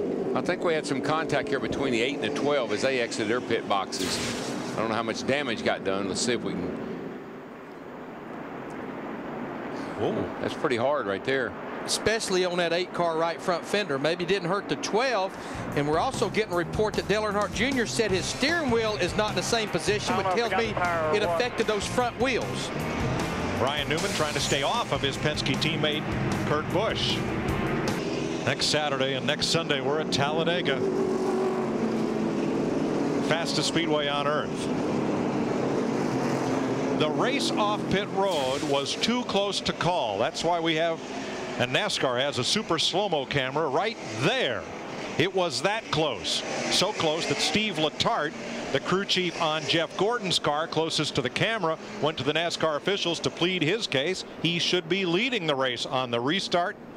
NASCAR has it scored that Tony Stewart was the first car to the line at pit exit. He's turning into Pop-Tart tonight, because every time we see him, he's popping up off that seat. And before it was with Harvick and his crew chief. Now he's over there with the NASCAR people. There's the camera NASCAR uses at that line. And certainly while Steve Letarte is pleading his case, he'd much rather be out front here, because you know what? This race is winding down. We only have 96 laps to go. Our final singular virtual crew chief question for the night. Will Jeff Gordon finally win at Phoenix? He's been trying since 1992. Yes or no? Text the word crew to 191 on your singular AT&T wireless phone, or you can go to foxsports.com to cast your vote. Well, he would accomplish two things. If he did, he would win a race here, and he would have won it from the pole, which no one's ever done. And he would break a tie with Dale Earnhardt on the all-time win list. And he would get 10 bonus points to add to his points total when they reset the top 12 drivers headed into those final 10 chase races. 10 bonus points for each win.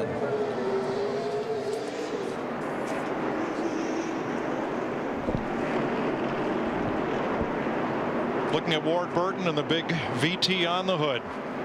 Our thoughts and prayers with everyone affected by the tragedy at Virginia Tech. We'll stand silent on this restart, and for all of them and all of you, we'll crank it up.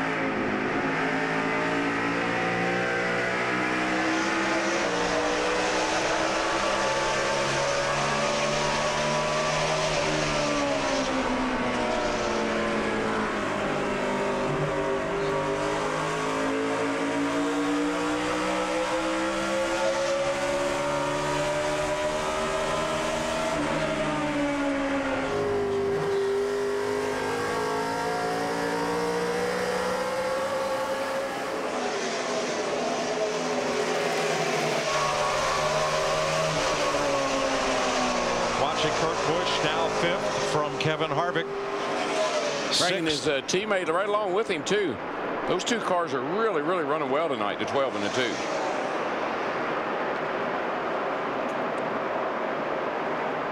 Tell you one thing, Juan Pablo, he never gives up. It doesn't matter if he's racing for first or last. He had a moment on that restart going off into turn 1. Well put, I might add. He had a moment, but the guy that we went down in there with had a bigger moment. There you see him, the 42 car on the inside.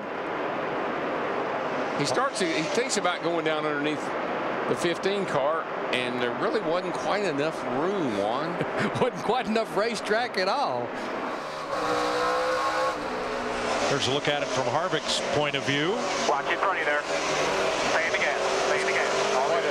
Quite a bit of damage on his right front fender, too. But everybody got straightened up and all right. Tony Stewart, the leader. His Joe Gibbs Racing teammate Denny Hamlin, there he is in the number 11, trying to fight his way back into the top 10 for the first time since he pitted out of the lead back about lap 140. Well, Denny Hamlin, he knows the clock is ticking now as we're under 100 laps to go.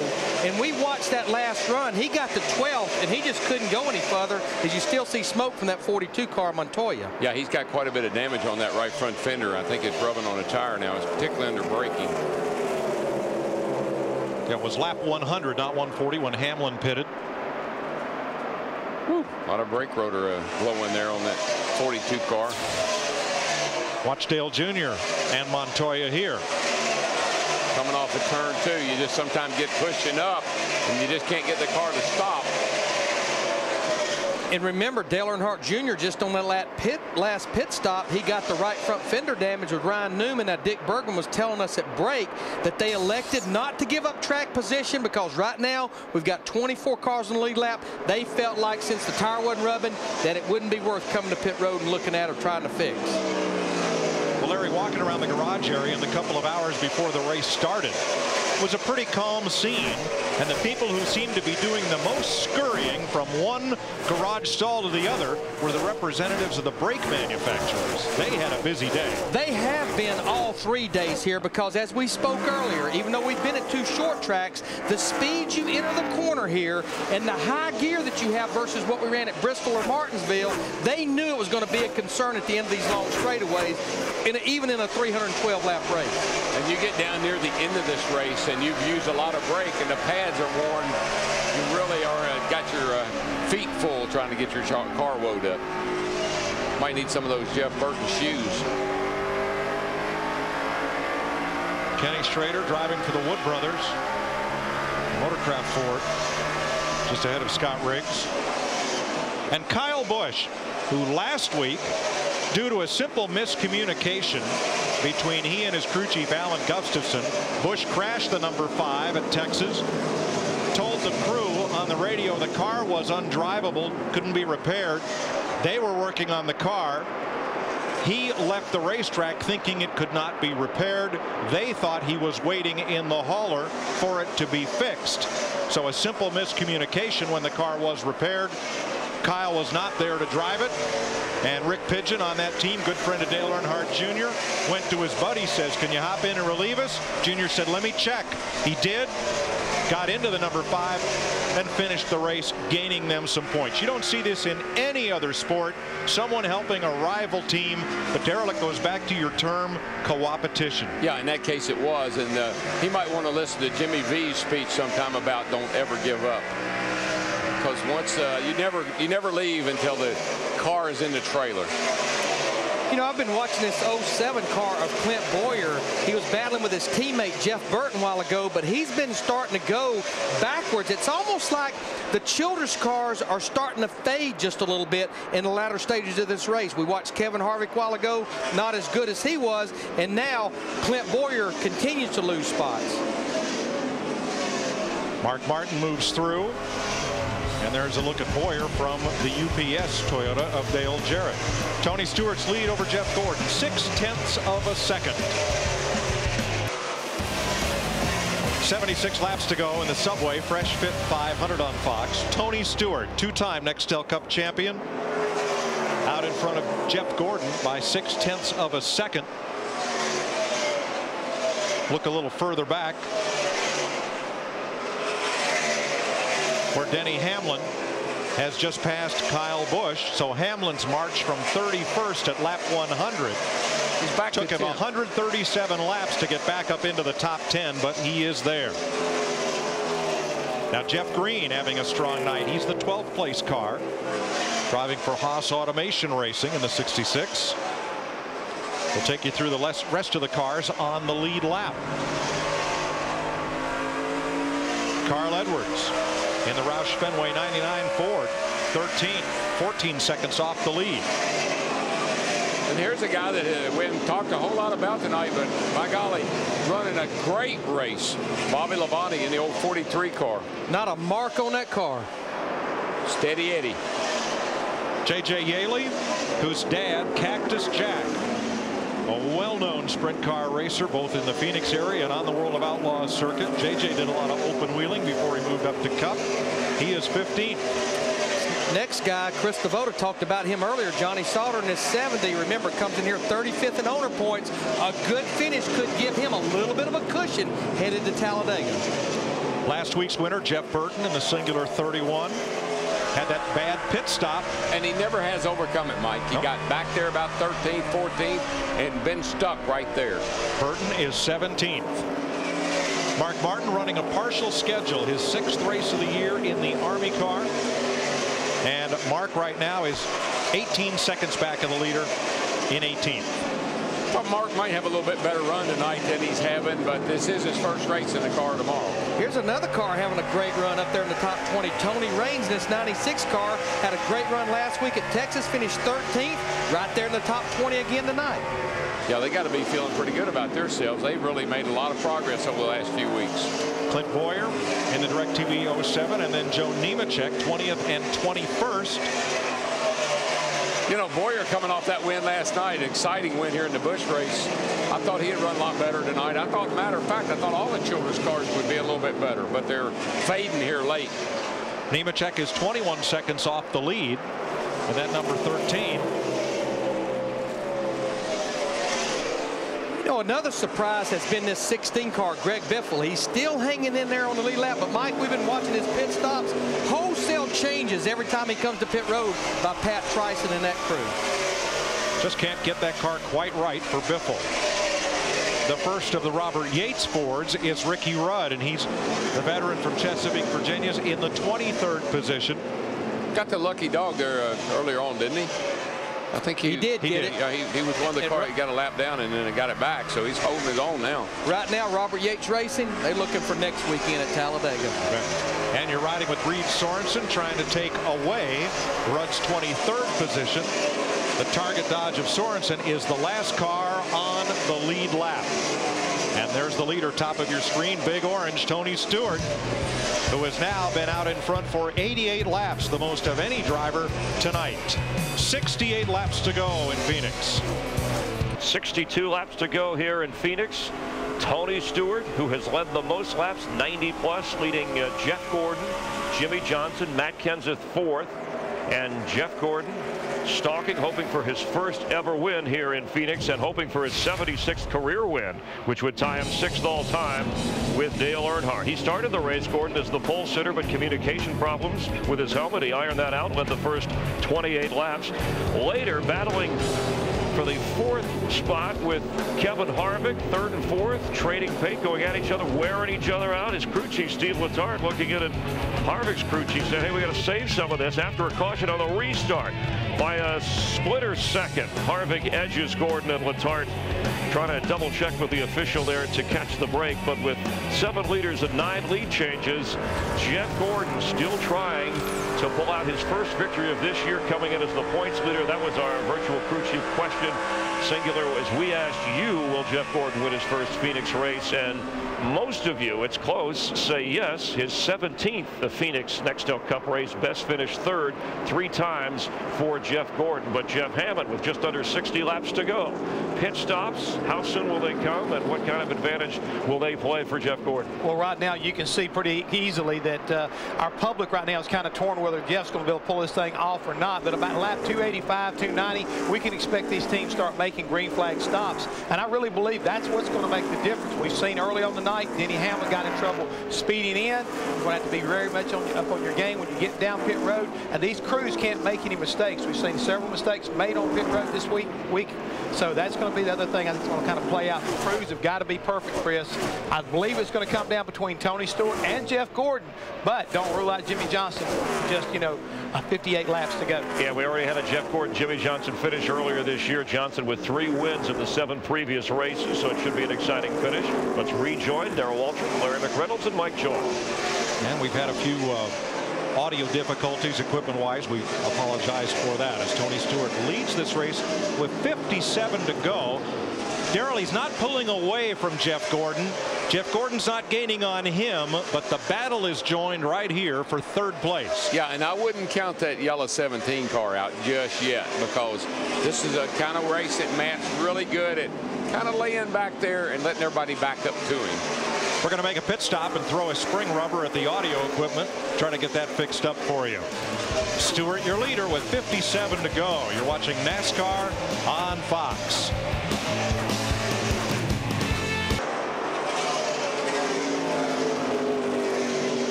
Not sure what's going on with Kenseth. I heard him. I think we had some radio conversation there a little bit ago about the car getting on the splitter. That could be what that was. Got down in the corner, heavy braking, and that was coming from the nose dragging the ground. But I definitely agree with what Jeff Hammond was talking about. We're getting within about 15 to 20 laps. What could possibly be the last pit stop of the night. It'll come somewhere with 20 to 30 laps to go. You can't have any mistakes, and you've got to make the right adjustment, because this probably will be the last shot you get. But we've been watching this Penske group here. Kurt Busch in that 2, Ryan Newman in the 12. They've been hooked together almost all night long, right there just outside the top 5. I have seen vast improvements in these two cars the last 2 or 3 weeks. Again, Kurt Busch had a really good shot at winning last week. They're running well tonight, 5th and 6th. Great improvement in these 2 cars. And thanks for your patience with our audio difficulties. We believe we have that straightened out now. And Mike, I know it maybe didn't show up at Bristol talking about those 2 Penske cars, but if there's an organization that tested the car tomorrow more than anyone else out there, it was the Penske group. Kevin Harvick led a lot of this race, 54 laps in fact, for Richard Childress. He's now dropped into the 7th position, 8 seconds off the lead. This battle is for 8th. Denny Hamlin trying to get back to the lead where he last was at lap 100. 167 laps later, Hamlin has just moved into 8th. And that just tells you when you have when something goes wrong. Talk to him about your car when you get a chance. When something goes wrong, you get back in the field like that, how long it takes to overcome it. And Mike, there's no question, Denny Hamlin's lap times, they're better when he's out in clean air like this, better than anybody on the racetrack. But the problem is 9 seconds up there to Tony Stewart with 7 other cars in between him and Tony Stewart. Denny Hamlin's one car that definitely needs a caution or 2 to try to get caught back up. Steve Burns has more. Yeah, Mike, expect Denny Hamlin to hit pit road on lap 286. Those orders coming from crew chief Mike Ford. Denny saying the car is good, just a little bit tight. And you know he's got to be just absolutely beside himself to have a car that great make a mistake on pit road that's going to cost him a shot at winning this race. But you know, Mike, Darrell, we sat down with Denny Hamlin this morning. Tonight is his 51st career Nextel Cup start. He has only had 1 DNF, but he told us this morning, he said, I pride myself in finishing races because when I ran my late model, I had to fix it and I had to pay for it. If I wrecked, I knew I may not race the next week. Larry, Darrell, yeah, one of my questions right now has got to be, if you're up there like, say, Jimmy Johnson, Kurt Busch, Ryan Newman, you know you've got to make up some ground. Do you stop maybe a little bit early to try to get the benefit of these fresh tires so you can gain some ground on the leader? We know that new tires are worth a ton right about this point in the race. I know one cat that's not going to stop early if he can help it, and we're looking at him because that's what happened to him last week. No, I tell you, I'd go to the very end, and then I'm going to be sure I'm one of the last ones on pit road in case that dreaded debris caution flew on me. And it's a 50-50 gamble. Yeah, you'd love to have advantage of those tires, but we know we're getting to the point of a run where these cars are starting to slide around, and you may get that caution. Roger Penske's Dodges trade places. Ryan Newman to 5th, Kurt Busch to 6th. No rivalry there. A lot of great rivalries next Saturday, 3:30 Eastern Time. Cubs Cards, Yankees Sox. You're looking at Kurt Busch in the number 2, who is an avid, lifelong Cubs fan. He is that. You and him, right? Yeah. And lots of others. Green flag, pit stops for the leaders. Dick Berggren.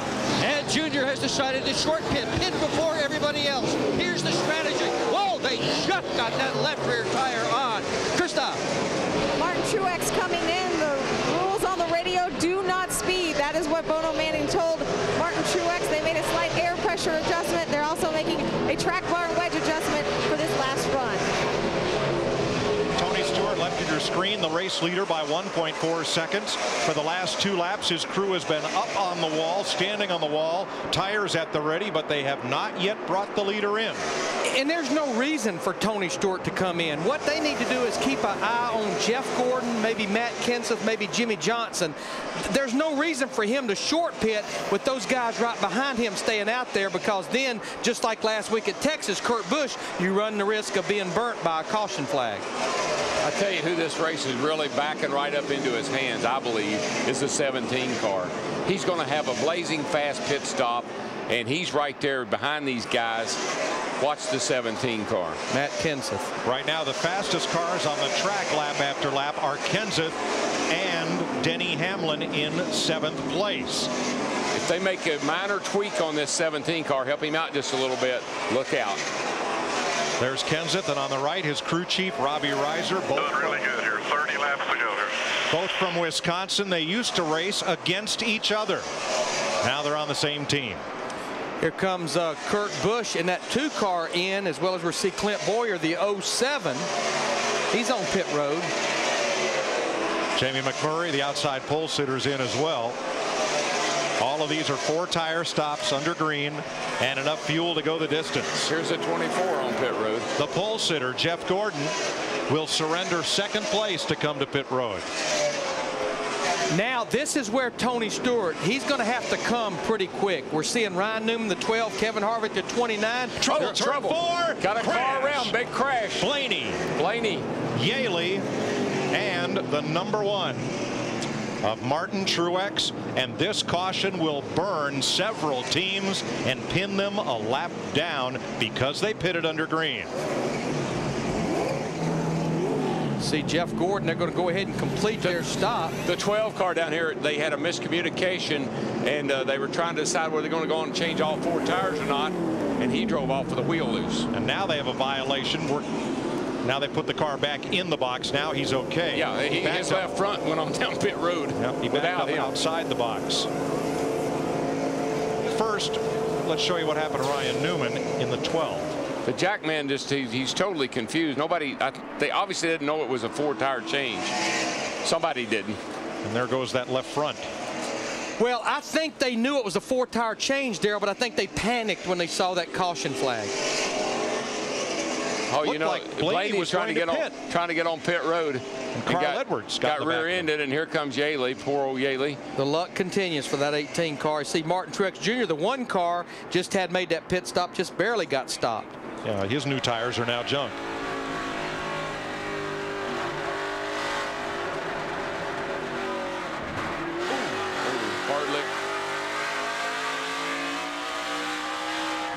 Jeff Gordon had come to pit road. His crew chief, Steve Letarte, looking things over.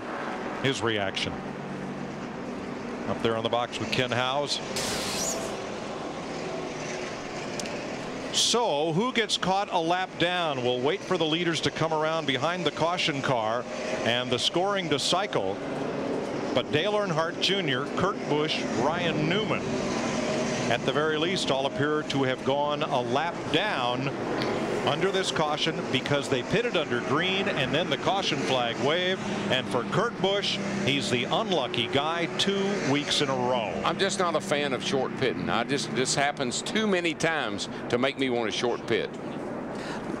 Let me tell you who I think might be in good shape. We need to score and to cycle through, but it appears that the 24 car, because of where he was running on the racetrack and where the caution came out, that they got their 4 tires changed and he stayed on the lead lap. Now remember, Tony Stewart, Kenseth, all those other cars, Matt, they have to make a pit stop, so it's going to be interesting on this 24 car. Jeff Gordon just said, Larry Mack, I kind of questioned us stopping for the 4 tires. And he says when it all cycles out, though, Steve Letarte told him we should be the leader. He goes, yep, that was a great call by you and our guys, as the leaders are now on pit road, and we'll see how that cycle works out. Krista. Well, a little less pressure for Tony Stewart's front tire carrier. Last month, Scott Merritt was pitting Hooters Pro Cup teams. Now he's filling in for the Premier team in Nextel Cup. No adjustments. Dick Berggren. Matt Kenseth in on pit road. They were worried about running out of fuel in this car, and his crew clicks off a good one. Steve. Denny Hamlin has exited his pits. Dick, he said he had gotten tight on the long run. They raised the track bar half a round, just 1 can of fuel, 4 tires. Matt? Jimmy Johnson said, I need to be tightened up, and that's exactly what they did with the adjustments. Now he can also turn on his brake blowers as we have a great run to the finish. Remember, he's been battling battery issues all night long. Every 25 laps or so, he swaps back and forth batteries and ignition box. All right, scoring is updated. And indeed, Kurt Busch, Dale Earnhardt Jr., Ryan Newman, and Martin Truex Jr. were lead lap cars when they pitted under green, and they are now a lap down. Let me show you what helped the 24 car there. Is his pit box right there was that very first pit box. Well, 2 things helped him. Running near the leader and having that very end pit box, so he had to only move a few feet to stay on the lead lap. That's what qualified on the pole. There's his pit box right there. He only had to move to right there, and the field's frozen right there. So that's great call on that team. And how did he get to use that pit box? He won the pole, so his team had the first pick of pit position. Joe Nemechek will get the free pass. And things have really turned around in the desert with 25 laps to go. 22 laps to go. Here is the crash at turn 4, synced up time code, real time, both views. Since Jeff Gordon's already on pit road when the caution comes out, pit road closes. But since he's already on pit road, he can make his stop if he chooses, or he can just drive on through. But remember, everybody else out on the racetrack, they've started to slow down right there to get down to caution lap speed. Our Nextel call of the race. There's the chirp as Nextel helps NASCAR and NASCAR fans get things done. Who's made the call of the race? Well, 2 things. The 24 to me, I mean, Steve Letarte did a great job of going ahead and making his pit stop. Jeff Gordon did a great job of not panicking and driving on through the pit and being at the back. No question. I'm going to go with a car that hadn't had a top 10 since Martinsville last October. Bobby Labonte, the 43 car, that group up there in the top 10 in 9th. I'm going to take Denny Hamlin because Mike Ford has done a great job of helping his driver get back to the front. Now, here's a turn of events that will take a little explaining. Jeff Gordon was on pit road when the caution came out. You saw him complete his stop, get back on track ahead of the pace car, so he's the last car on the lead lap. The next time around, while we're in commercial, all of the lead lap cars pit, leaving Gordon to come up behind the pace car as the race leader. His rabbit's foot is hopping along. You could not have called it any better to have him pit stop when the flag waves for caution and emerge as the leader, but he did. It's the perfect storm. I mean, you could not have nailed it any better. But now he has a little problem between him and that pace car. Kurt Busch in the 2, Dale Earnhardt Jr. in the 8, Martin Truex Jr. in the 1. Remember, those were all cars that made green flag stops. So when this caution came out and everyone pitted, they stayed out. So they're at the tail end of the lead lap right now. Jeff Gordon, the 4th car in line, the leader. There's a look at your Napa race summary with 20 laps to go. I actually don't think those cars are a problem other than if they hold him up, and they're not. They're good race cars. They won't. But them being in front of him could give Tony Stewart and Matt Kenseth a real shot at getting around him. Pick the wrong line, go high, everybody goes low. You go low, everybody goes high. You could be in big trouble. There is Jeff Gordon, not directly behind the pace car because those cars on the outside lane, they were a lap down when the caution came out, but because all the lead lap cars pitted, they are now on the tail end of the lead lap. Kurt Busch, Dale Jr. and Martin Truex. We're coming to green with 19 to go from our DLP Ultimate Picture Cam.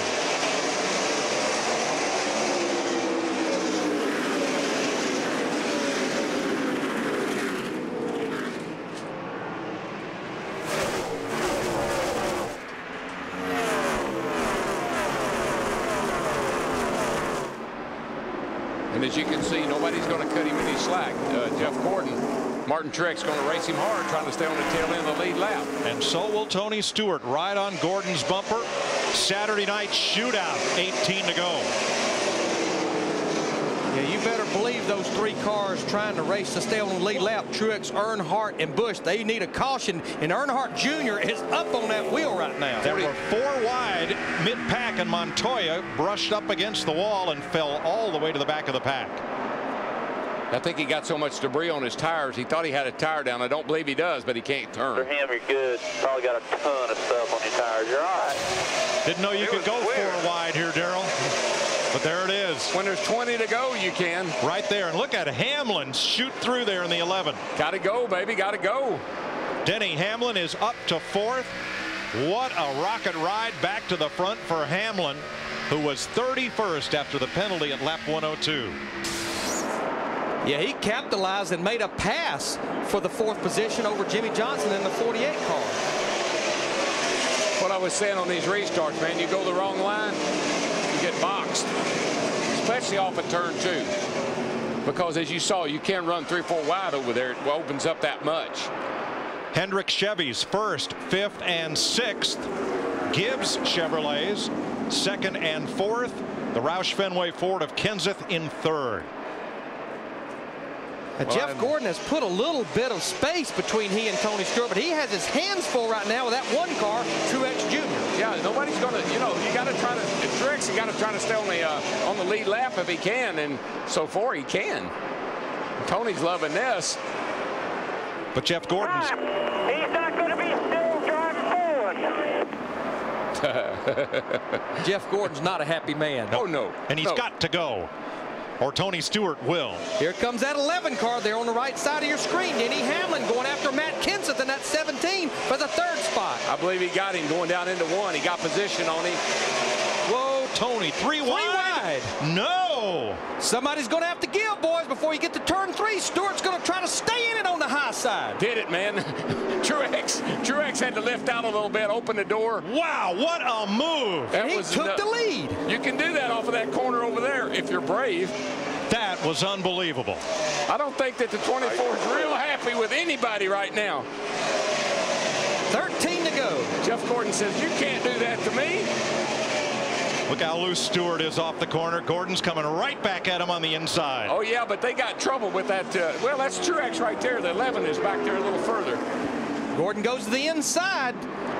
No more Mr. Nice Guy. Oh, boy. But, boy, he got a good bite off turn 4. He's going to take the lead back. 12 to go.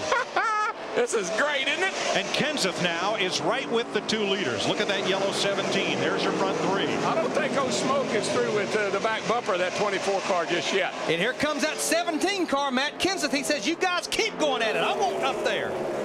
Stewart had a bite of the lead and a taste of it. Now he wants that whole steak. Boy, I tell you, I am impressed with Jeff Gordon. No quit in him tonight. He wants to win the race not only from the pole, but for the first time, and he has got a car that can do it. He's tired of running second with the car tomorrow. And they are starting to put some distance on Denny Hamlin in 4th place.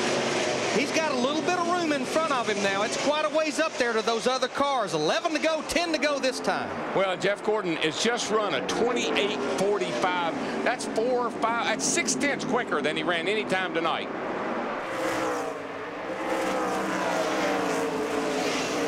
He is the money man. Those 2 passes were just incredible. First, Stewart right up the middle. I didn't think those 3 cars would fit right there. You got to give Truex a lot of credit, though. He squeezed up and made just enough room for the 2 leaders to get through. He finally realized that was enough. He fought as hard as he could, but when it was time to get out of the way, he did. And all Stewart did was get Jeff Gordon right back up on the wheel. Oh, yeah. Jeff didn't like that. I'm going to get that, boy. Great racing. You know, I think I found something I like about the car tomorrow. It gets pretty racy. The finishes we've had with these car tomorrow races, and there Denny Hamlin in the 11. He gets Matt Kenseth for the 3rd spot. Here comes Jimmy Johnson in that 48 car. This is 3rd, 4th, and 5th right here. I don't believe they got anything for the 24, though. He's checking on out on these guys, and here comes Jimmy Johnson looking under Matt Kenseth. 4th place here. Hamlin up for 3rd, 8 laps to go. Got to give a lot of credit to Matt Kenseth. I mean, there's the Ford up there, the only one in The next closest Ford is 11th, and Carl Edwards. Now this is a battle for 6 right here. Jeff Green in the 66, Kyle Busch in the 5. That 66 car has been so good all night long. This just might be the best race Jeff Green has had since his return to Nextel Cup a couple of seasons ago. Well, you know, we say that, but man, that 6th place finish he had at Bristol was pretty dadgum impressive, and he's backing it up right here tonight with another 6th place run. I think at this point, the 2 giants up front, Gordon and Stewart, I think they said, okay, I gave you my best shot. You got it. Well, one thing we know about this car tomorrow, Darrell, the best drivers are still the best drivers, and the smartest teams are still the smartest teams. That's who's up front. And the man up front right now, Jeff Gordon, the 24 car. Remember, he's our Nextel Cup points leader. It'll be 5 to go. You can see the distance he's now put on Tony Stewart in his 20. And Mike, that's the same yesterday, today, and it will be the same tomorrow. I know we're watching our top 5 right now, but we talked about Jeff Green in the 66 car. His teammate, Johnny Sauter, in the 70, up there in the top 10 in 9th. Great run for Haas Racing tonight. I think Jeff Gordon right now, though, guys, think about it. Nobody's won this race from a pole. He's probably going to do it. Jeff Gordon's never won at Phoenix. He's probably going to do it. And guess what else he's going to do? Tie Dale Earnhardt for 6 wins. So tonight, in this weekend, he tied for the most poles in the modern era, and he's going to tie Dale Earnhardt for wins. Funny that today, Dale Earnhardt was born in April 1951. They'll celebrate Dale Earnhardt Day at DEI. Jeff Gordon is 4 laps away. And there is the all-time win list headed by the king, Richard Petty.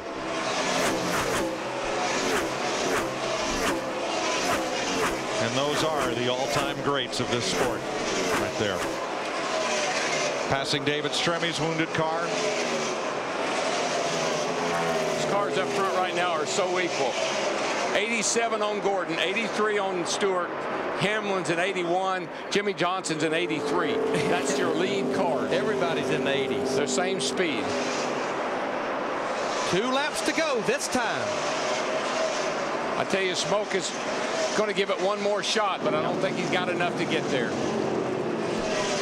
And nobody can say this was a cakewalk for Jeff Gordon.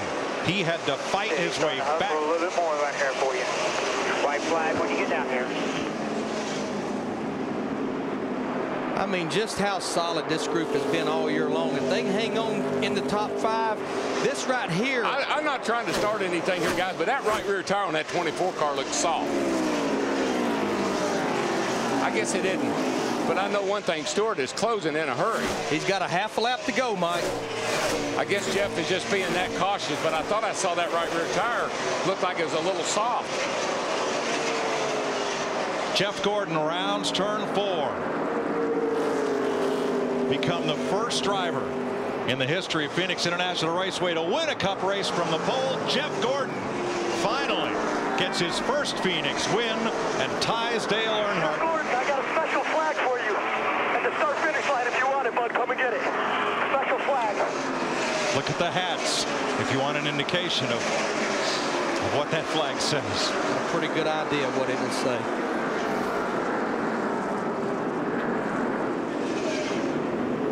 Guys are awesome in there. Way to go.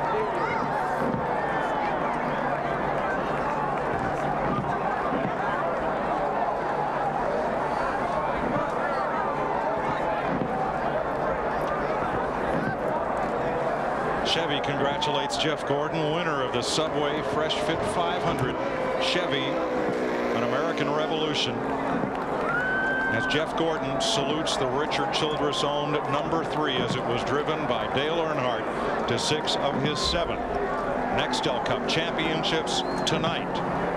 Gordon ties Earnhardt for career wins in Nextel Cup racing. And I don't think there's any question. We've known for years that Jeff Gordon's going to rewrite the record book. I mean, he's a young man. He's still got a lot of racing ahead of him, a lot of wins, championships.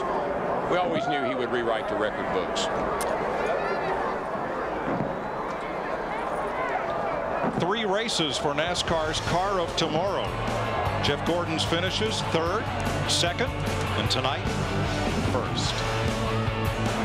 Since last July, he's been chasing that 76th victory.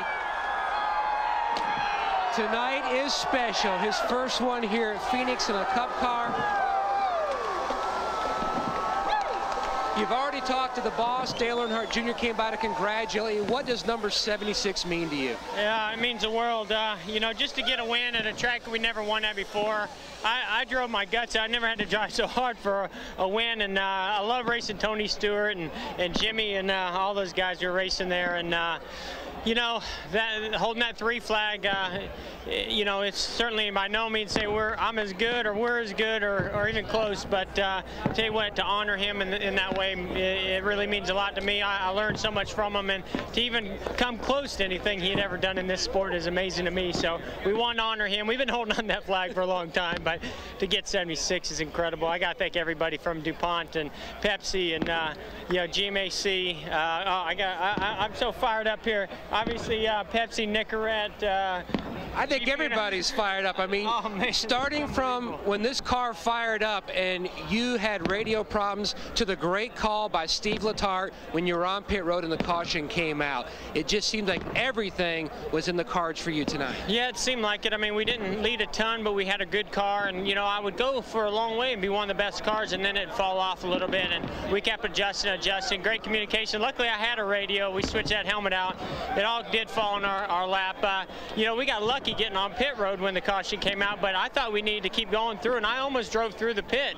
And Steve made the call, and I love him as a crew chief. He's an awesome guy, and he's sharp as can be, and he made that call. You know, he talked to the spotter and talked to me and the team, and you know, he's so cool under pressure. And man, it's just an awesome feeling. Great to get Chevy and Impala in here. You know, I don't know what to say. I'm overwhelmed right now. It's just an amazing victory for us, and I can't believe we finally won at Phoenix.